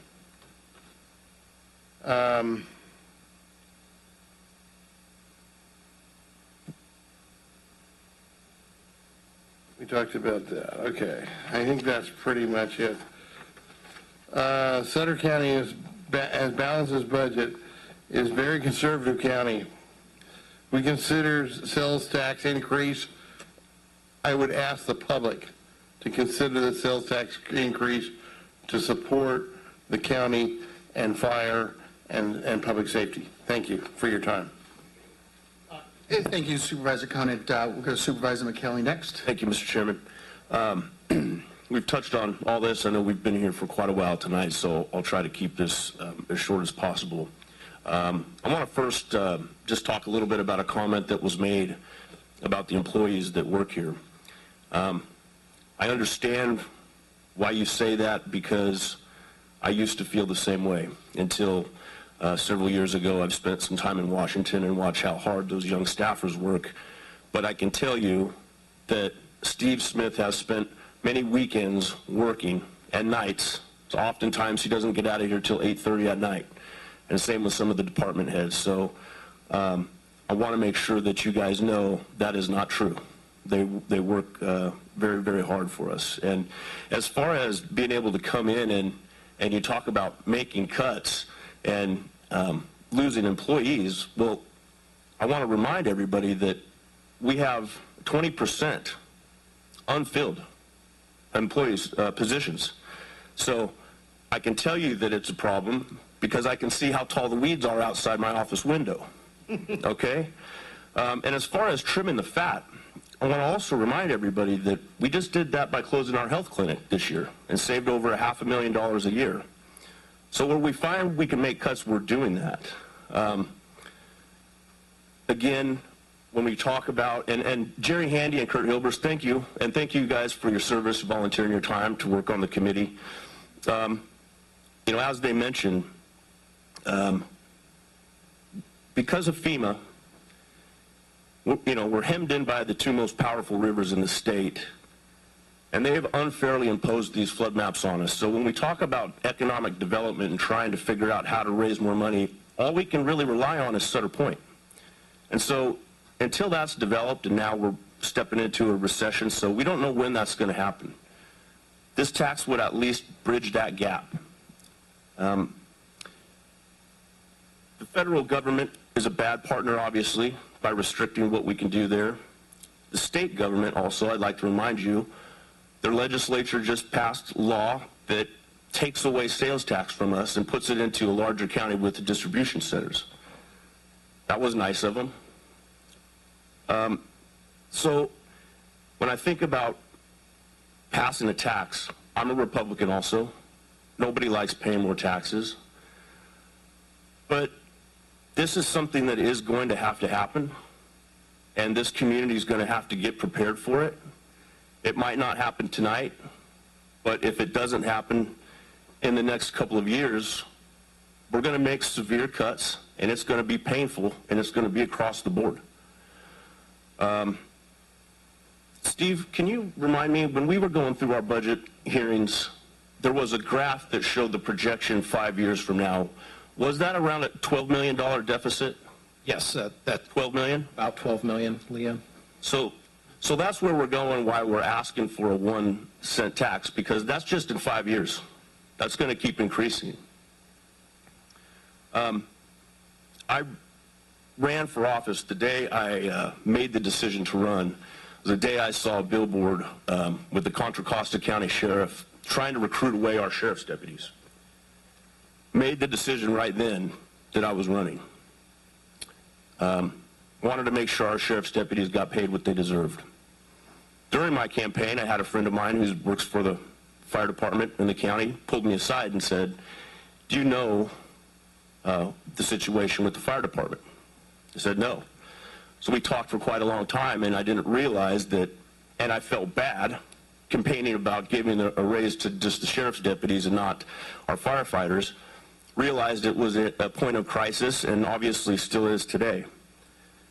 So as you've seen, we can give all the raises we want, and it's still not enough. We still can't retain people, can't afford to buy new equipment. This has to happen. I'm a little bit reluctant to move forward with it tonight because we're moving into a recession, and I'm worried about the economy, but also we all know we're never going to pass a special tax that gets 67% of the vote. That is not going to happen. So we need to do this. Not sure exactly when, if it'll happen tonight, but it needs to happen. Thank you, Mr. Chairman. Thank you, Supervisor. Next up, Supervisor Flores. Thank you, Mr. Chairman. And I'll tell you, this is a very rare moment that I can tell you that I agree with Supervisor Conant and Supervisor McKelly. So, both of them at the same time. And, I think both of you gentlemen spoke very eloquently this evening. I appreciate Supervisor Conant, you going over all the facts again. So I won't restate the facts we heard from Steve. He went through the whole process. I think, Steve, your presentation was excellent, going through and reiterating all of the different issues that are involved with the tax. It's really important, or what's involved with the county. There's one figure that you mentioned, Supervisor Conant, and that was with the Yuba County Board, or not the Yuba County Board, but where Yuba County passed the tax. I wanted to remind you that 84% of their general fund tax is used for public safety. So that's just a number that we should keep in mind. At this point, 84% of that tax was actually used for public safety. Like I said, I'm not going to do any long, elaborate speech or talk about what we've already heard all tonight, because for me, I think we owe the citizens, well, first of all, we owe our fire and we owe our sheriff's department the support that they need. We heard the pleas tonight. I appreciate the pleas from you, Chief Shalowitz. Your words tonight were very strong, and you did a really good job on that. And Sheriff Barnes, thank you for sharing tonight the needs.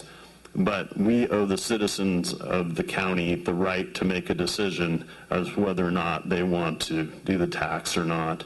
It's not up to us. It's been reiterated over and over again that we don't make that decision.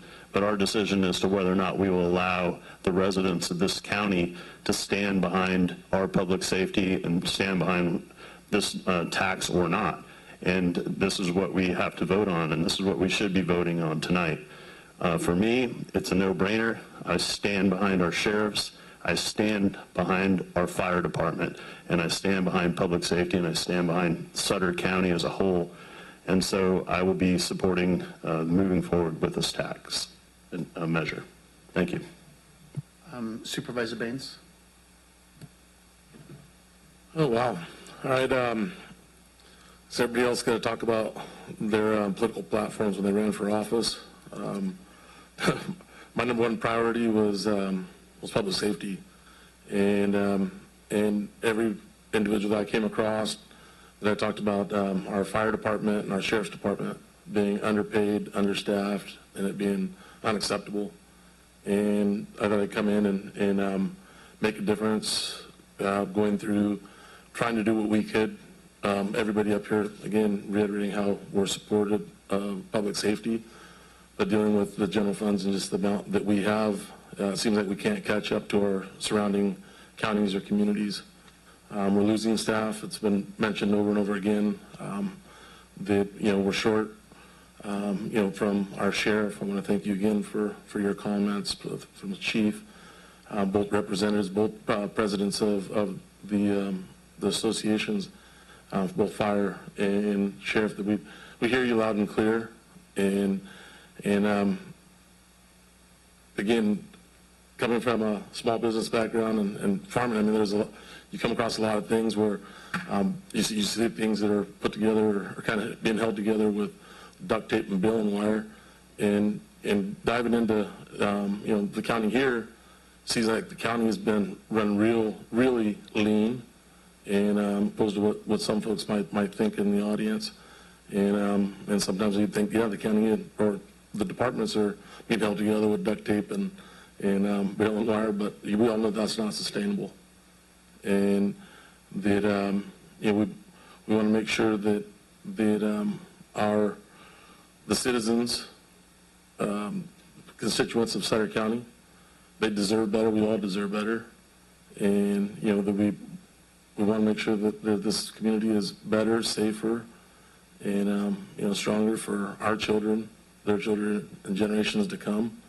But, you know, they're going to be able to dictate the level of service that they want. I mean, if they're used to status quo, or they want status quo, or if they're not afraid of the cuts that are, you know, foreseeable in the coming future.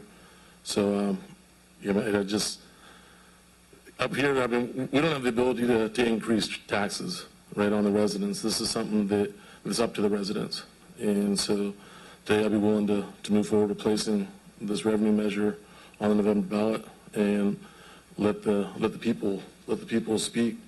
Let the citizens, as our CAO mentioned, the citizens have the power, and we'll give the people the opportunity to voice their opinions are.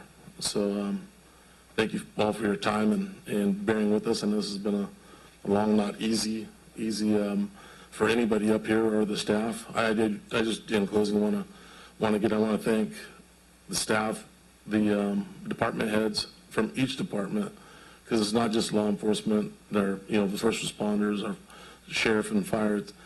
Every department has been running a tight ship. Everybody's been keeping everything very lean.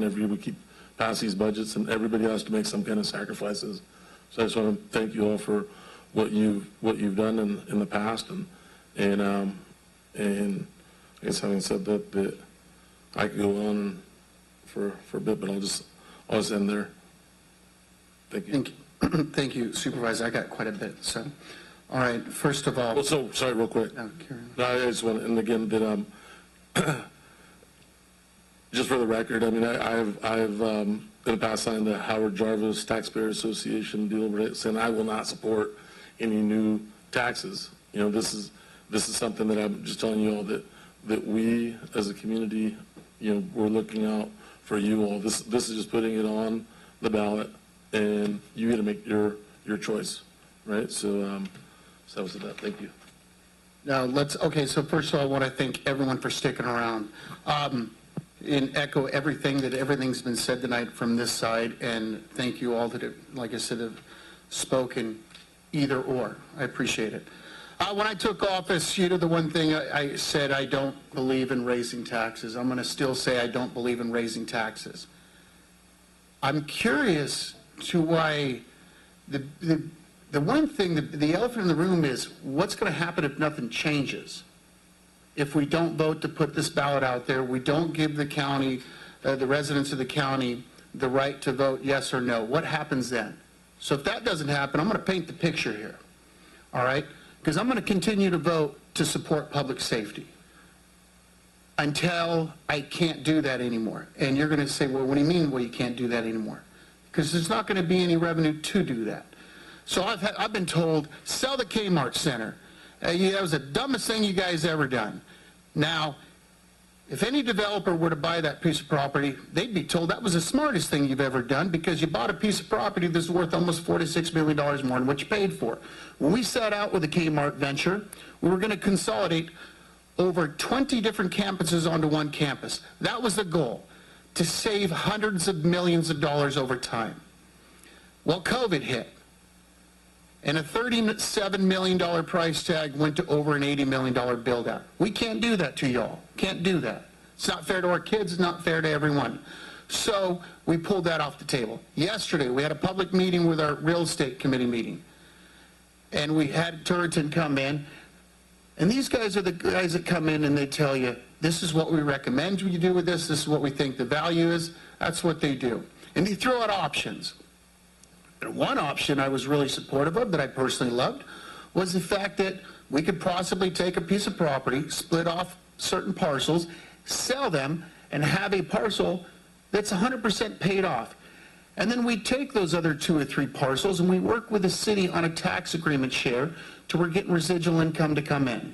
All right? Well, having that tax agreement come in just right there, that'll get us through about 3 or 4 months. Now I've had people say, well, sell the Kmart shopping center. Okay, we sell it, we'll make about $6 million off the profit. That's going to save us 2 years. 2 years. In 2 years, we're looking at cutting something. I'm not going to cut public safety. That's the last on the list.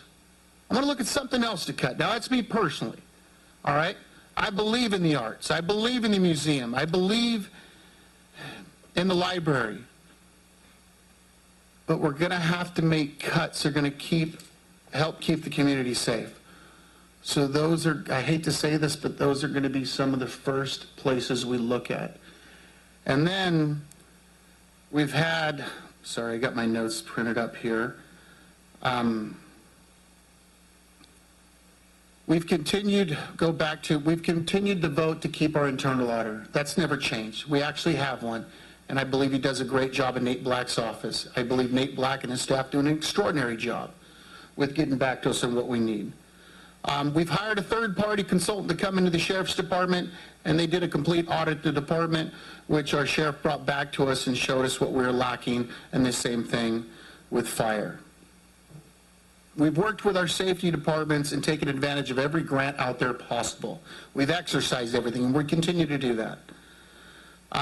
We've worked tirelessly picking apart our planning department, knowing that there's not much to pick at anymore. That's it. We're at the bare bones there. All right? I've had people call it, why do it take 2 or 3 people to trim a tree? That's a big complaint I get. And I said, I'm sorry, but we'll work with them and tell them to do a little better job. But the 2 or 3 individuals is not going to solve the problem. I've scratched my head every year, I'm sure my colleagues are, to watch our workers' comp go up almost 250 or thousands of dollars, over $100,000 every year. But that's it. That's workers' comp. Anyone that owns a private business, they do work with the same thing. It's cost escalator. Our health, same thing, health insurance and so forth. Matter of fact, Mr. McKelly brought up the fact we closed the wellness center. Our amazing department heads come back and brought in this wellness plan, which I love, which, if works out, is going to keep our county employees healthy, which will hopefully we'll see those numbers, the injuries come down. We've worked with our behavioral health, which we are down almost 29%. We are down almost 29% in behavioral health. All right? That's not a good thing. We have a lot of problems here. And I'm not talking about homeless. I'm talking about individuals that consider taking their lives or doing something that could hurt them. That's where we need our behavioral health people to help out and help with those. And now we have the homeless that are another part of the problem. Once again, behavioral health, helping them get the mental health that they need, helping them get the substance abuse that they need. But when you're down over 29%, how are you supposed to help? And then it doesn't help that we're almost 20% below our surrounding areas in pay in that department. So if I'm a therapist, why do I want to come work for Sutter County when I can go somewhere else?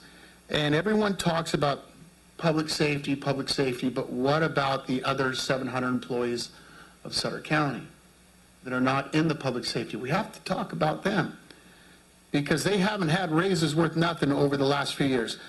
You know, when with our company, what we used to charge per labor has gone up almost 20% in the last 2 years because I've had to keep up. Could I afford to do that? Not raise the raises? No, because I'd lose employees because I'm in the same boat. Why do they want to work for me when they go somewhere else and make better for their family? They got to do what's best for their family. When you're down almost, I believe we talked about one employee who was almost 47% below in pay. 47%. And I asked Steve, I said, he still works here? It's unbelievable. I want to thank that individual for seems like he loves the county, and we love him back for dealing with that. But the biggest thing is, this is not a lie right here. This is the truth. This is where our public safety funds go, and I believe as long as the individuals are here, we're going to continue where those funds go. We can't come out and tell you that 100% of the funds are going to go to public safety or 90% or 85%. We can't do that. All I'm hoping is you take our voting record and what we've been preaching and what we've said, and I have stayed true to my word. The last 3.5 years I've been a supervisor, and I've been honored to be your supervisor, and so has every other individual up here. We have not changed from the plan. We haven't deviated off. We're staying right here. And you talk about CalPERS and so forth. And you're a city council member, so you know we come up with a plan. I shouldn't take credit for that because that was before I took office, when they came up with a plan to pay off our unfunded pension liability. When then I believe we're about 14, 15 years away if we follow the plan. I don't see Steve Smith, he's out there. But you're right, that is an issue. But that is an issue that my colleagues before me worked on, and hopefully we stay the course. People ask about 9 years. Why 9 years? Well, when Steve Smith brought forth this plan, he had talked about it for a while. And Steve wouldn't be doing his job if he didn't come before this board and say, we have a revenue issue here. If we don't do something now, if you do not give the people of Sutter County the option to do something now, we are going to have to make cuts. They're going to sting.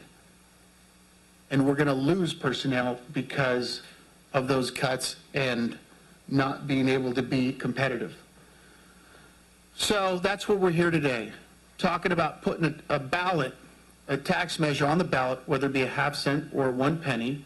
We know we're looking at the 1 penny, to give the people of Sutter County that option.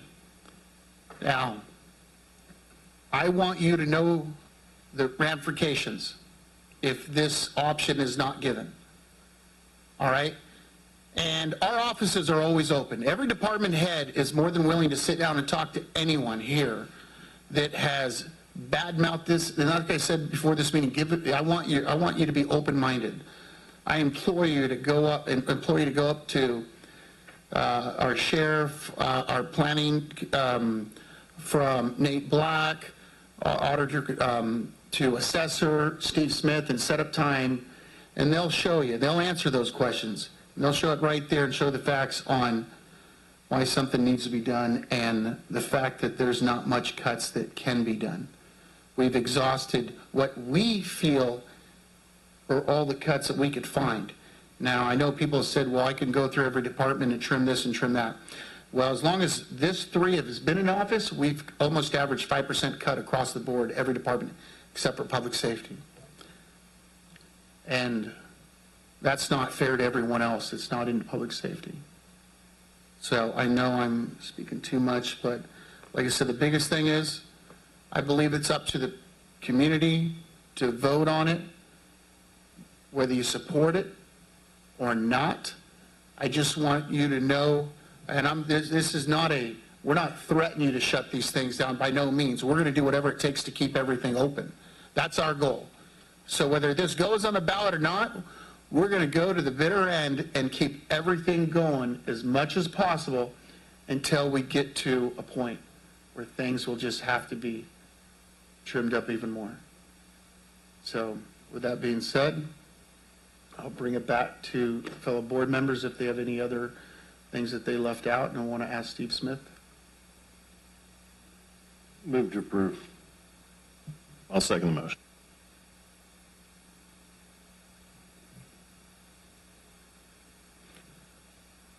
Okay, so really, sorry, I wanted to clarify. I never did clarify that. The 9 years. You asked about 9 years. 9 years is, our hope was Sutter Point would have full build out when it comes to the commercial growth by then. That's what our goal is. Because that is some amazing growth that's not in the floodplain in Sutter County. And that's working with the developers there and so forth, and my colleagues here to the left who work with Greater SACOG in attracting those businesses. But one thing I learned last Friday from economic development, there's no developers going to be looking at any property or parcel until there's infrastructure in. So we got to push to get this infrastructure in. Supervisor McKelly? Aye.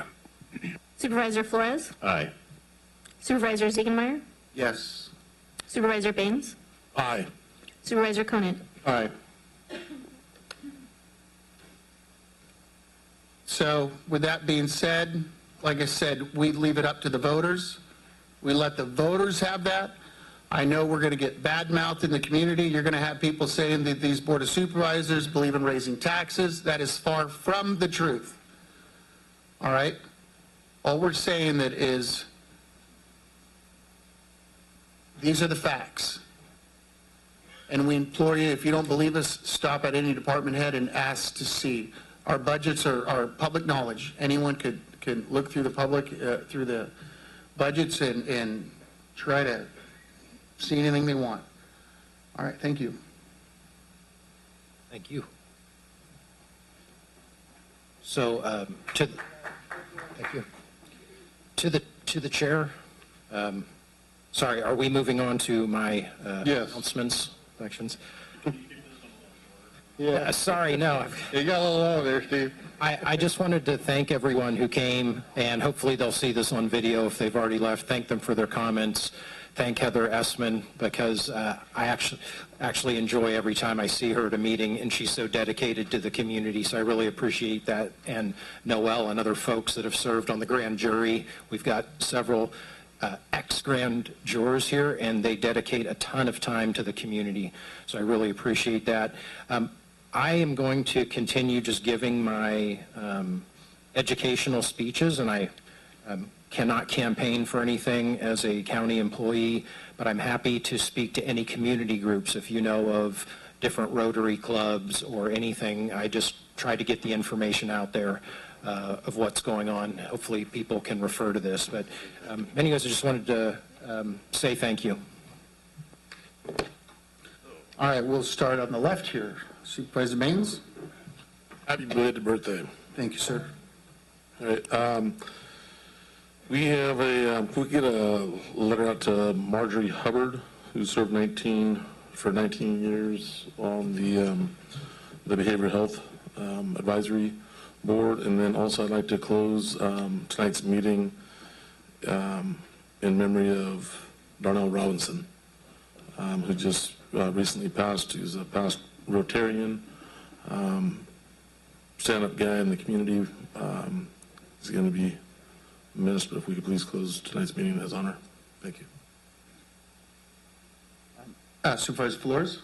I just want to say, just add a final comment, commending Steve on a great presentation tonight, and then I also want to commend my fellow board members on their leadership tonight. I was very impressed. So thank you. I mean, not that my opinion matters, but I was very impressed with your leadership this evening. So thank you, guys. I also would like to close in memory of Dr. Vince Hamilton, who passed away peacefully with his family at his side. He was a well-known physician in the area. He was a great guy. He was just, if you knew who he was, I mean, if he was in the room, you knew he was there. So we'll miss Dr. Hamilton. Thank you. Supervisor Conant, Supervisor McKelly.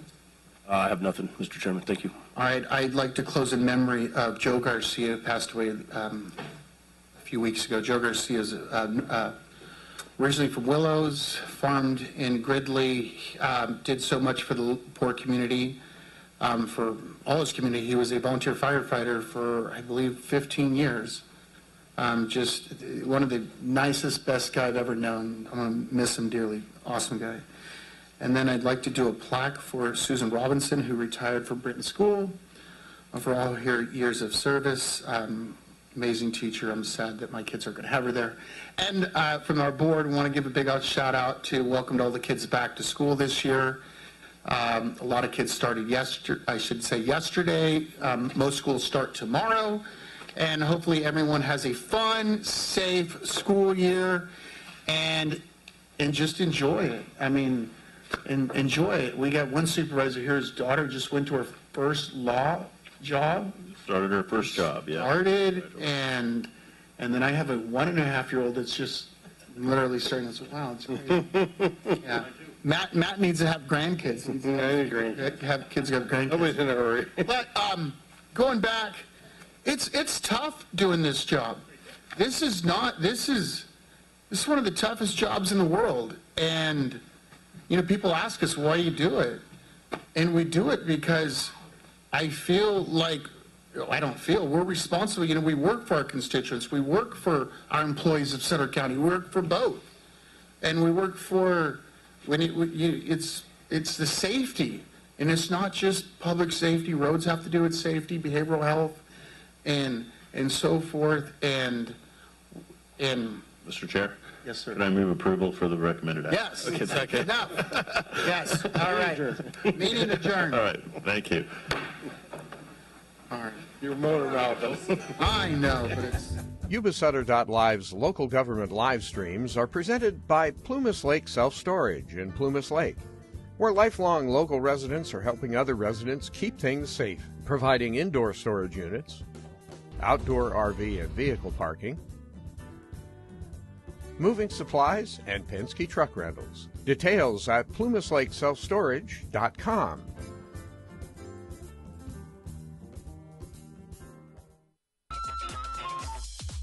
Skip's Marysville Music Cafe, with lessons in person and personalized. Instruments including guitars and amps, horns, strings